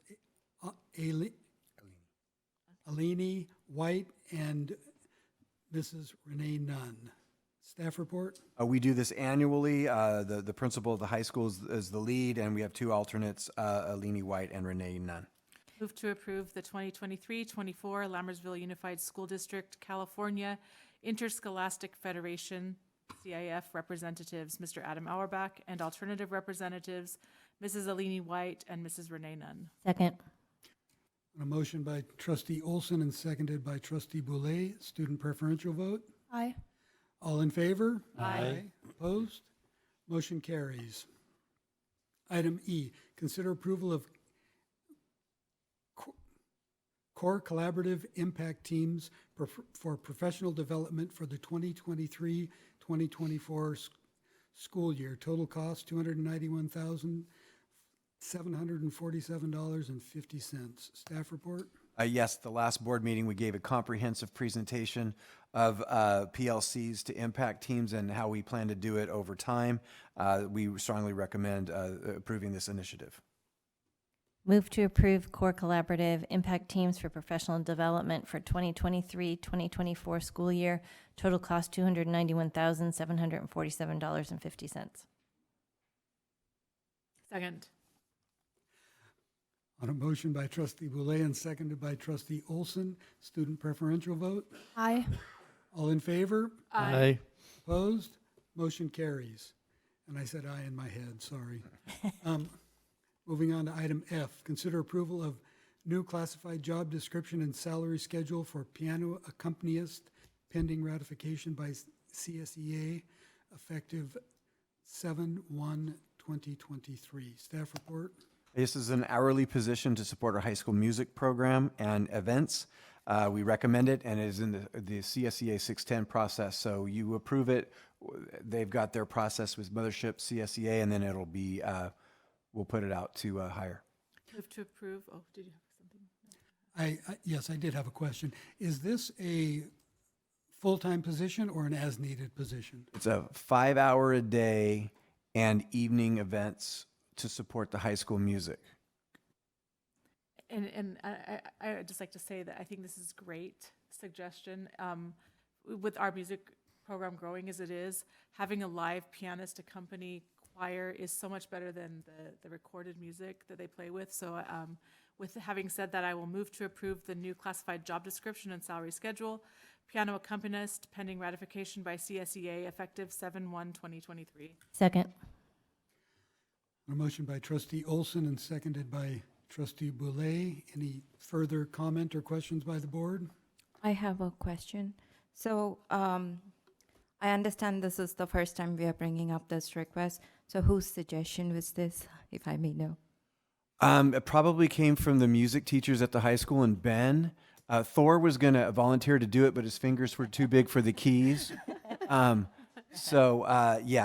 came from the high school team. Yeah. Okay, great. Thank you. Student preferential vote? Aye. All in favor? Aye. Opposed? Motion carries. Item G, consider approval of arts, music, and instructional materials discretionary block grant. Staff report? Yes, this is new monies coming down from the state. We had, in order to get it, you had to have an allocation process. There were a multitude of different categories, Gloria and Thor in particular, but staff put together the plan. This is how we get access to the money. We recommend approval. Move to approve arts, music, and instructional materials discretionary block grant plan. Second. On a motion by trustee Clements and seconded by trustee Daniel. Student preferential vote? Aye. All in favor? Aye. Opposed? Motion carries. I'd like to just quickly thank Thor, Gloria, and the staff for the tedious work I know that goes into getting grants. I know it's not an easy process, and it's a lot of following to a T instructions that don't always make sense or aren't user friendly. So this is really going to benefit our students. So thank you so much for the effort in getting this done. Where were we? H. Yes, I know that. We were up to student preferential vote. Is that correct? I thought we voted. Oh, all right. I think we did. Okay, moving on. We can always do it again, Mr. President. We might have to. Item H, consider approval of Governing Board Resolution 222310 to establish temporary interfund transfers. Staff report? Yes, we do this every year. It's a board resolution that allows us to, when the fiscal year ends on June 30th, and if you have to have bills cross over, this allows the business office to do that. Move to approve Governing Board Resolution 22-23-10 to establish temporary interfund transfers. Second. On a motion by trustee Clements and seconded by trustee Boulay, student preferential vote? Aye. All in favor? Aye. Aye.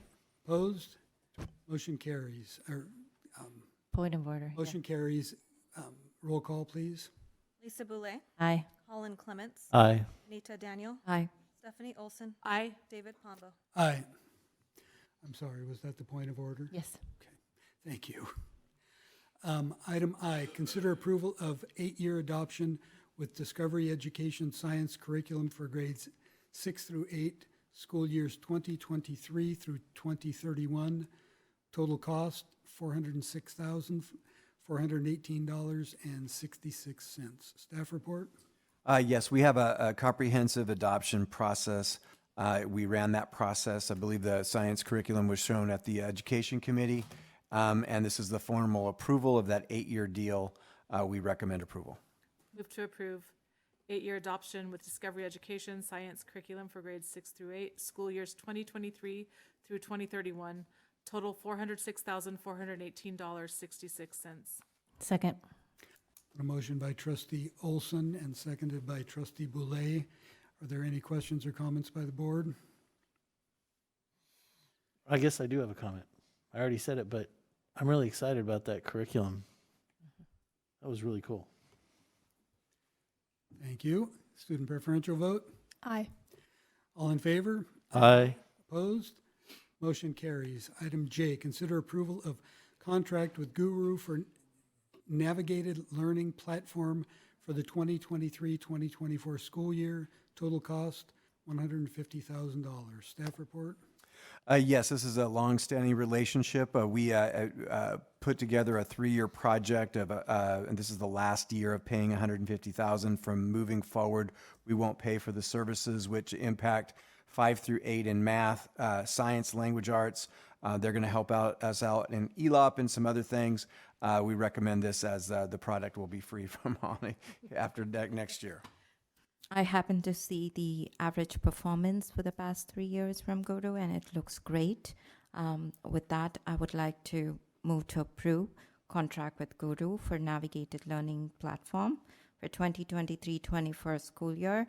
Total cost of $150,000. Second. Oh, you beat me by that much. On a motion by trustee Daniel and seconded by trustee Olson, student preferential vote? Aye.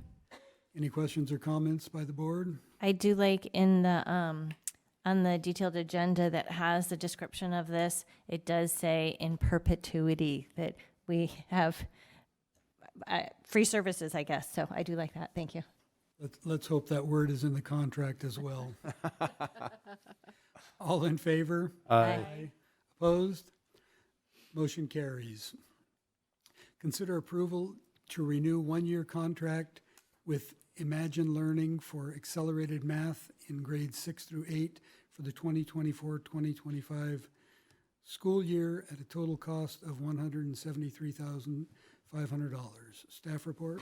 Yes, this is a renewal of what we used to know as Edgenuity. Move to approve the renewal 1-year contract with Imagine Learning for accelerated math in grades 6 through 8, 2024-2025 school year. Total $173,500. Second.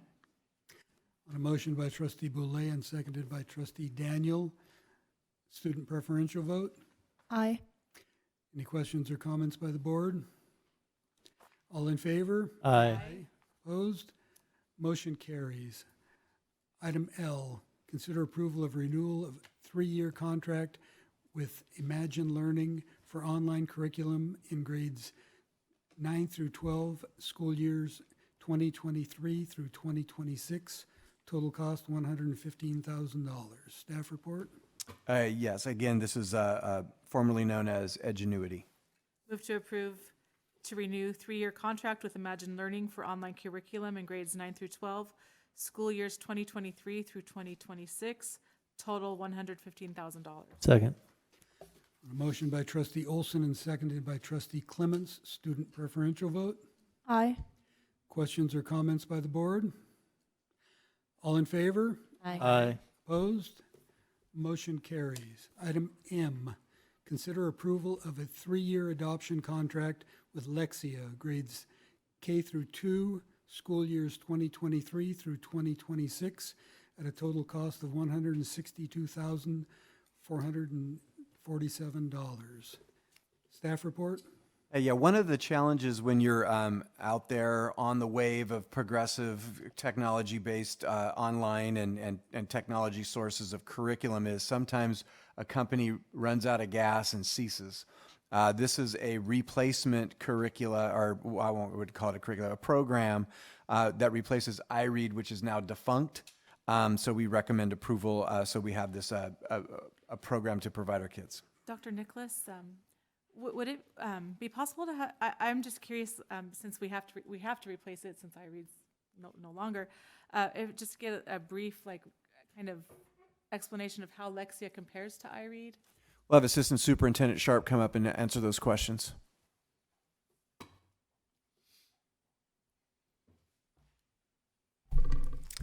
Good evening again. So Lexia is very similar to iRead in that it does focus on foundational reading skills. So you'll have your, it's focused on the science of reading, which iRead was not. So it does cover phonics, phonemic awareness, high frequency words, vocabulary, fluency. What is unique to Lexia than iRead is the teacher platform, much more user-friendly for teachers. There's a scaffolded level of guided support within this computer program. So it'll ask a question, a student misses it, it takes away one option, asks it a different way. If the student misses it, takes away another option. So it builds to where the student will get a right answer. Where with iRead, the student would get the wrong answer, go through the lesson, get the wrong answer. So it really is more of that that supports the student through the program. Altamont piloted. We had some teachers in Altamont pilot it. The teachers loved it. The students loved it. So it really is a program that students are buying into. Thank you very much. Do we already have a motion? No. We do not. Move to approve the 3-year adoption contract with Lexia grades K through 2, school years 2023 through 2026, total $162,447. Second. On a motion by trustee Boulay and seconded by trustee Third. Oh, wait. Olson, student preferential vote. Aye. Thank you. And it's gratifying to see I'm not the only one that forgets where we are sometimes.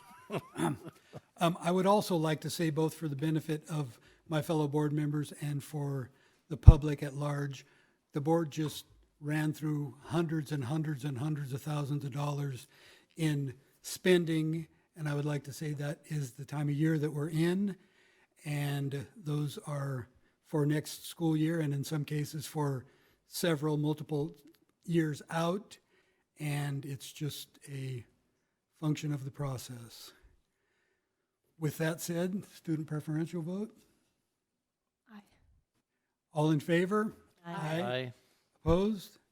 Motion carries, and I think we had 2 student preferential votes on that one, but that's okay. She didn't change it, so we're good. Moving on to item 10, information and discussion items. Item A, elementary block schedule. Staff report? Yes, we've been trying to solve the unsolvable problem of expanding opportunities for students in our middle school elective programs and fighting an uphill battle for many different things, from credentialing to scheduling. So we think we have a solution. 8 years in the making, and Associate Superintendent Harrison and Principal Debbie Ritchie are going to help describe the solution. Thank you.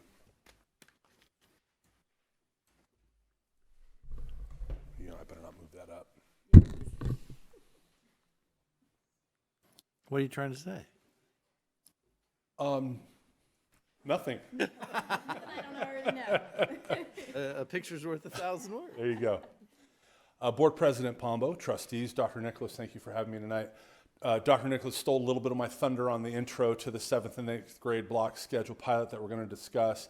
But what he said is factual. He and I have, on multiple occasions at my one-on-one and in other meetings, discussed how do we get a little more equity for the students that want to take an elective, but they can't get a full elective because they need more time to master the standard.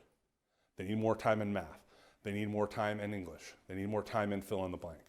So it's something that we've worked on in a variety of ways: credentialing, figuring out credentialing, standardizing our electives. What are our electives that we give?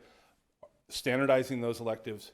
What are the electives that feed to the high school? How do we expand music? How do we expand music and get some choir going as well, so that kids can do both? How do we do these things in our 7-8 classrooms when we're a K school system? So with that said, you'll notice it says pilot up there. So we had a very courageous principal and her team of teachers say, hey, I think we can solve this problem. Now, as a new principal, I told Debbie, it's not world peace. Just get in there and get going. Well, she had other plans, and she went in with her team, and they've come up with what I think and Dr. Nicholas thinks is a pretty cogent plan. So that's what we're going to go through here. So the why is equity. We've mentioned that. Students that need extra time to reteach, extra time for small group, is the basis for what we're going to show you here for a new schedule. There's opportunity for expanded learning. There's opportunity for more elective time, or elective time and intervention time, dedicated intervention time in the school day. There's opportunity for teacher collaboration and common prep time as well with the schedule. What are the benefits? The core classes traditionally met for 45 minutes with one 40-minute period for writing, 270 minutes of instruction per class weekly. With the proposed block schedule, the core classes meet every other day for 110 minutes and Monday for 55 minutes with 275 minutes of instruction per class weekly.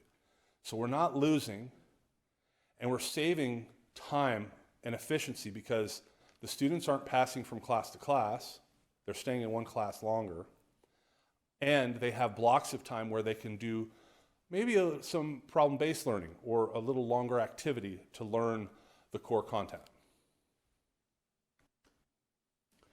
So one of the ideas behind this was providing Bobcat boost time, where a student could have a second elective, we could have tier 2 interventions, we could have a genius hour, we can provide additional math support for accelerated math students, in-class support time for students who need additional help. This would be structured time, small group time that we could have extra time for the 7th and 8th grade students who are falling behind, and then support time through the boost time as well, while maintaining an elective. Traditionally, a student, let's say Thor, was having troubles in English. Thor would go to an elective of extra English time to do better and meet standard, or math, whatever the case may be, and perhaps miss out on elective time.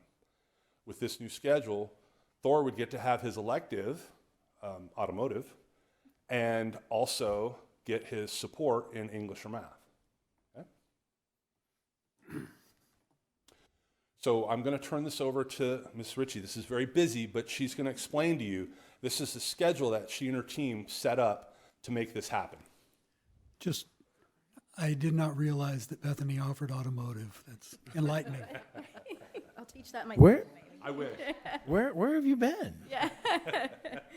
All right. Good evening, Board President Pombo, trustees, Dr. Nicholas. So with our how, the idea behind the schedule was to have like a block schedule, with Mondays being the day for all core classes. Typically, we would think Fridays because it's a shorter day, but looking at the schedule for next year, there are 4 Mondays where there's no school. So that would take that learning away for that block time. So Mondays would be all the core classes, about 45 minutes each. And then in the afternoon, students would get their electives. They would get PE or boost, depending on their schedule. So it would be a B day. On Tuesday, Wednesday, and Thursday, there we have our A days and our B days. So students would have their 2 of their 4 cores classes, and then after lunch, they would have an advisory, which would include an SEL curriculum, a focus on that, a check-in with the students, and then they would have electives, which would include our 6th grade at that point. And then after electives, students would either have PE or they would have boost. And like Mr. Harrison said, for boost, it would be either intervention time, it could be a genius hour for those students who don't need it, or it could be an additional elective. A lot of our students have to choose between different electives that we have. Also, choir often meets during lunch or during one of the courses. So those students kind of are struggling with choosing what to take, and it's not always offered at a time where it's accessible for all students. And then our Fridays would be a block B day, but because we get out at 1:30, students would have their 2 core for the B day, and then after lunch it would be PE for all of our middle school students. To give you an idea of what a student's schedule might look like, this is an 8th grade student who's in accelerated math. You can see Monday they have all of their classes, their core classes, and then after lunch they have the advisory, they have elective, they have PE. A student in a different schedule would have boost at that time. Then on Tuesdays and Thursdays, which is an A day, the student has Math 1, History. Then after lunch, they have Advisory, Elective, and Boost. And you can see the same for Wednesday and Friday. That's a B day. With that, one of the things we talked about is our Math 1 students. And speaking with students, a lot expressed frustration about not having a teacher or having that as they're working on it. So one of the things that we thought would be great was that during math time, because there's an extended amount of time, the teacher can check in with them, pull them for a small group, work with those students who are struggling in accelerated math as well. So the expression of this pilot, I think, encompasses a dedicated SEL time, social emotional learning, which we've been working on establishing a consistent core time at our K-8 schools so that we can service all students. And this helps the 7th and 8th grade students have that dedicated time. We meet our PE minutes, and we have the opportunity to have 2 potential electives. Now, whether it's a core elective or a genius hour like we do at Hanson, I'm sure you guys are familiar with that, or a true elective or support time, extra learning time. It gives us opportunity for our 20%, our kids that are not being as successful as we want in school, to still have that wonderful elective and still get that support time and that extra time to meet standard. So this is the pilot at Bethany, and I want to thank Ms. Ritchie and her team, her middle school team's fired up to do it, for taking this chance, because this is something that could be really great for kids, and if it goes well, it's something that we could bring to more than just Bethany. Thank you. Any questions? So when are we planning to pilot it? For next school year, 23-24. And it's only for 7th and 8th grade students? That's correct. And only for Bethany School for the next year? That's correct. Okay, great. So I'm just thinking out of the box, like for one subject, the kid is going to be there for 110 minutes, focused on that one subject. Okay, so yeah, I would like to hear back from you after the pilot program on how they're able to handle, like, because they're used to a 45-minute, right? So now they're going to be working on 110. So I'm really looking forward to hearing back from you about the pilot program. And just to So- share, oops, sorry, can I? Sure. Go ahead. One and share. of the things I wanted to share is the idea came from the teachers and the students sharing that within the 45 minutes, it's hard to get the entire lesson. Just thinking of like a math lesson, a Eureka lesson can take more than that. So having time for a small group or a reteach for those students, there just wasn't enough time. And we provide intervention after school, but not all the kids come after school. They have activities. So it's more of like integrating that all in one place. Even though it's more time, they have more time for small group. They have more time for targeted intervention and reteach. And if I could add to that, the other thing that we are going to make sure that we do, which is probably where your head is going, is what I'm reading into, is the professional development involved for 100 minutes versus 45 minutes. So we do have a plan with the coordinators, with Assistant Superintendent Sharp's team, and with Ms. Ritchie, former coordinator. They are going to have a robust training session on how to use that time effectively so that they are more prepared. Great. Thank you. Thank you so much for, Betcha. yeah.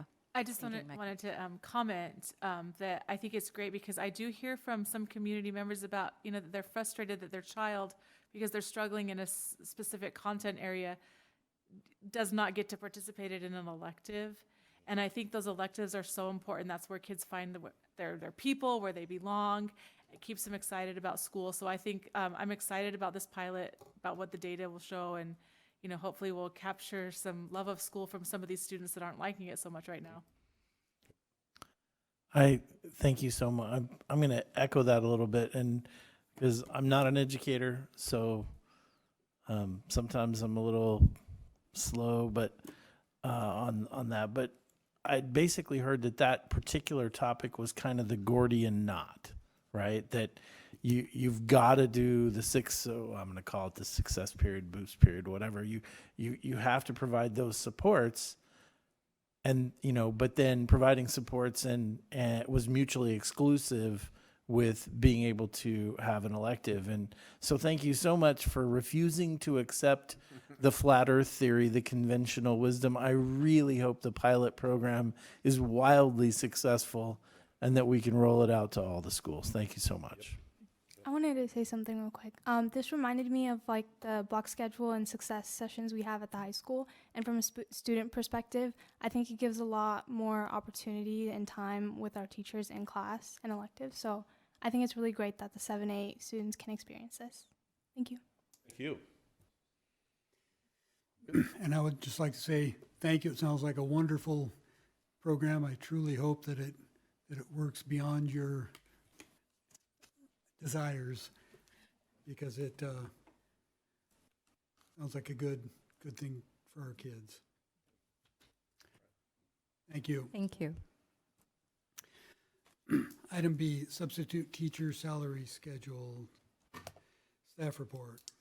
Yes, we're going to have Director Barrios come up and give a brief overview of kind of the journey with sub rates. What I can tell the board and the community is there's a wage war going on out there for substitute teachers. The board gave direction to have us come up with a recommendation. So we're going to have a presentation and a recommendation, and the board can discuss. Good evening, Trustee Pombo, trustees, and President Pombo, trustees, and Dr. Nicholas. I'm just going to do a brief evolution of our sub rates, and as Dr. Nicholas said, end up with a recommendation for you. So prior to September of 2021, and prior to the pandemic, this is what our substitute rates looked like. The basic rate for a substitute had worked in the district for 0 to 15 days was 120, with a half day being 60. You can see as a substitute worked more days, the rate that they were paid increased. So then as we moved into the pandemic, there was a shortage of qualified individuals and a high demand for individuals who qualified for the certificated sub position.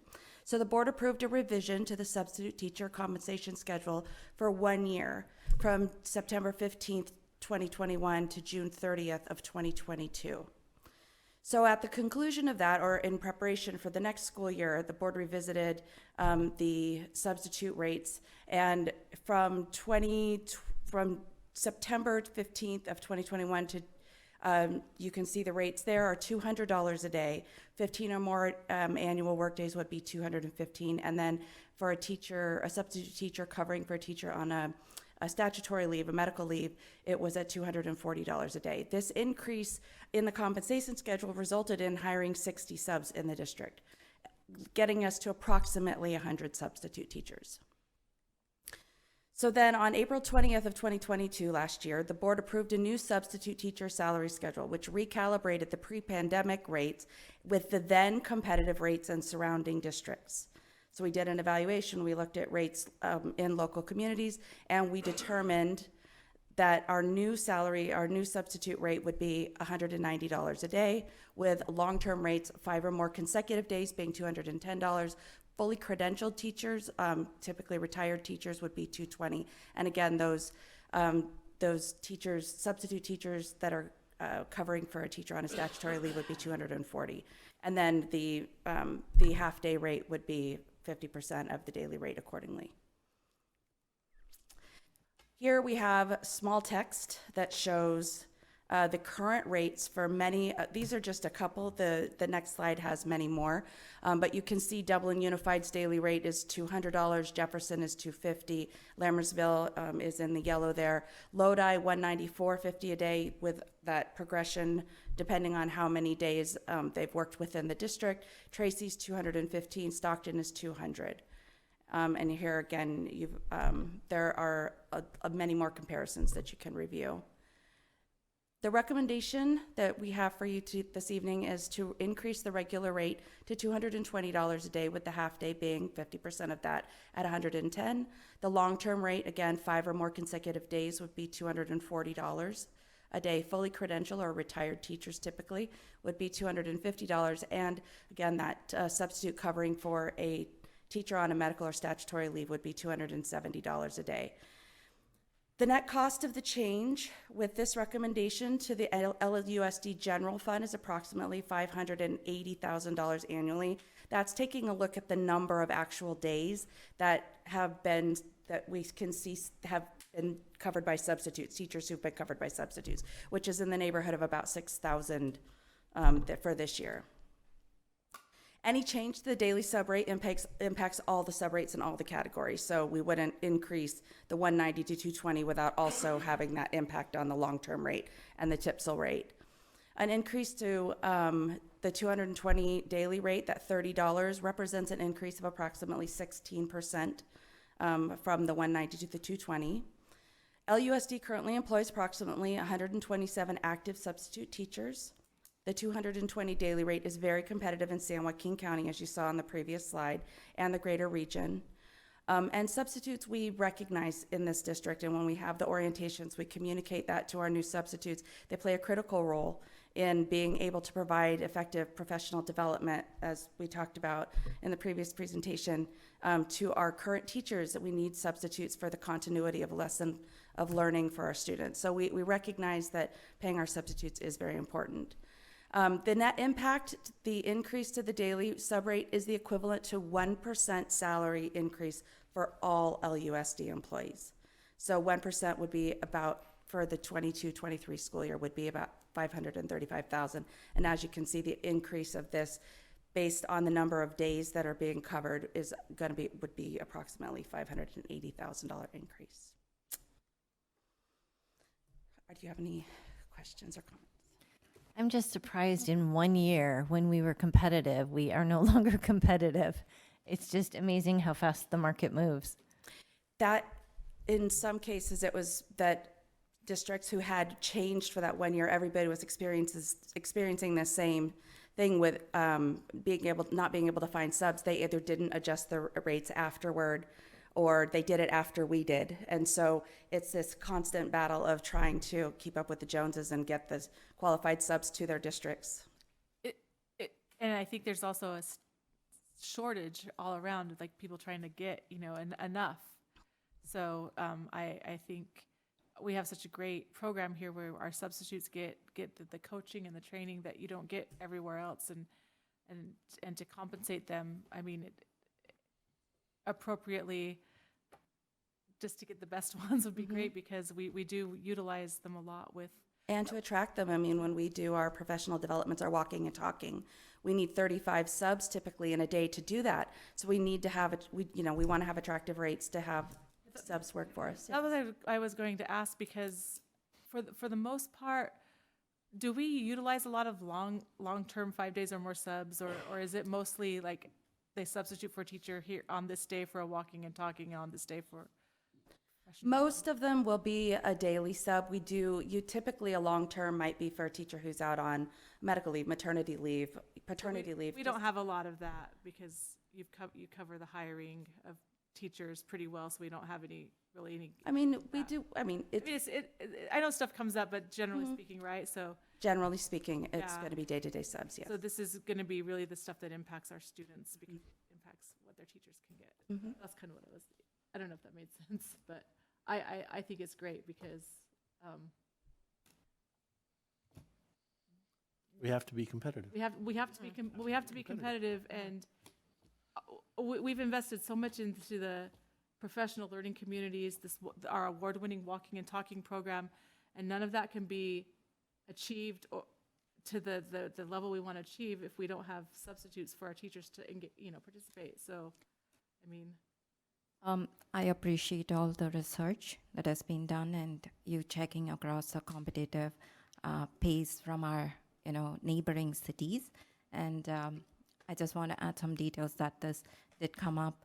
To my, it was brought to me by a few subs that the pay decreased this year, but and it was not competitive with the neighboring cities.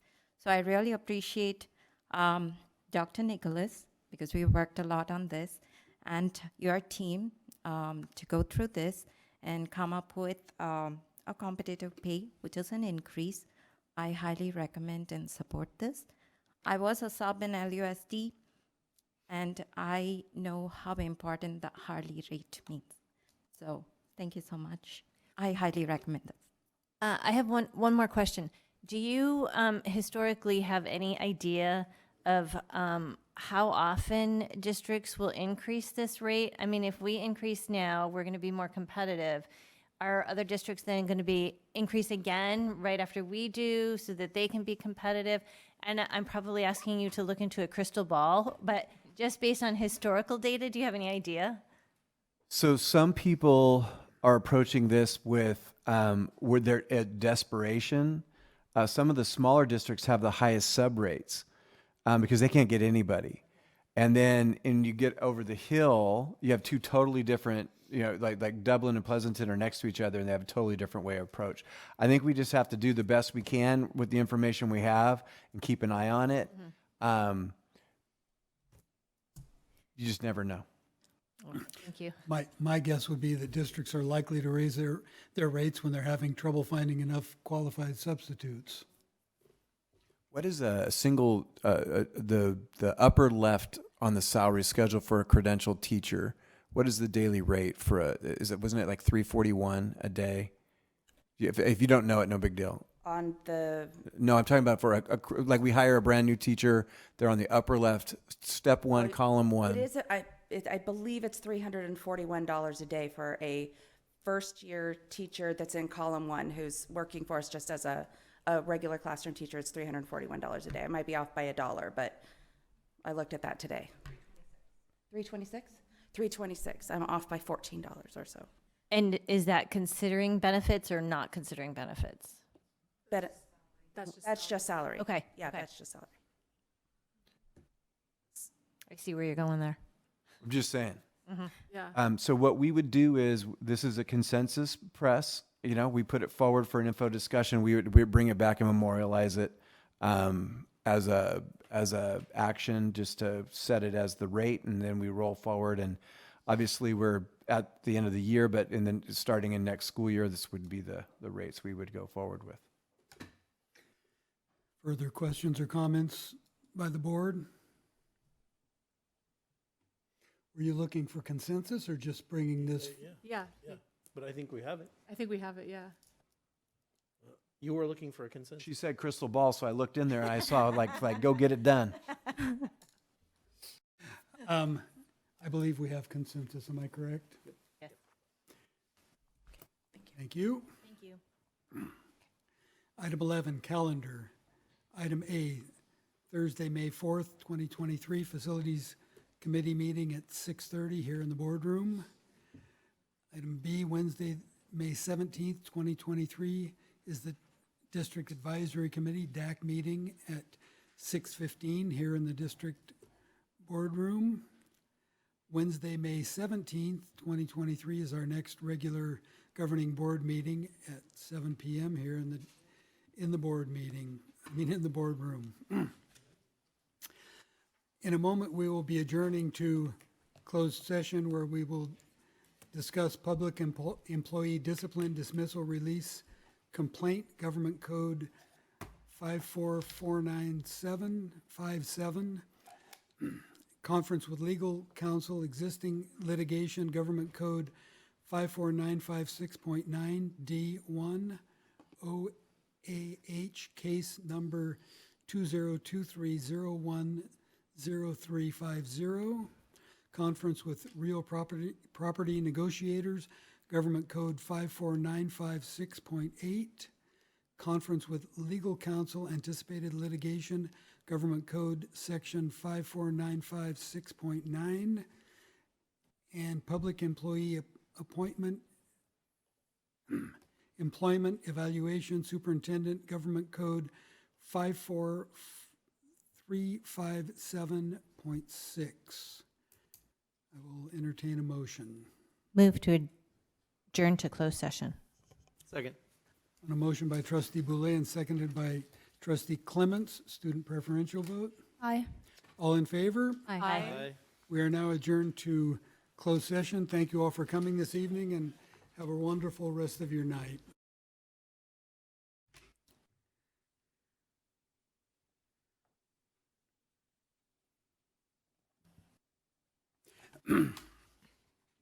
Returning to open session at 10:07 PM. In closed session, conference with legal counsel, existing litigation, Government Code 54936.9 DI, OAH, case number 2023010350. Board took action on a motion by trustee Clements and seconded by trustee Olson to approve the final release and settlement agreement resolving OAH case number 2023010350. The district will provide student with educational related services and attorney fees in exchange for student agreement to waive all claims to date against the district. The motion passed on a vote of 5 ayes, no nays, none absent, no abstentions. I will entertain a motion. Move to adjourn. Second. On a motion by trustee Boulay and seconded by trustee Clements. All in favor? Aye. We are now adjourned. Thank you all.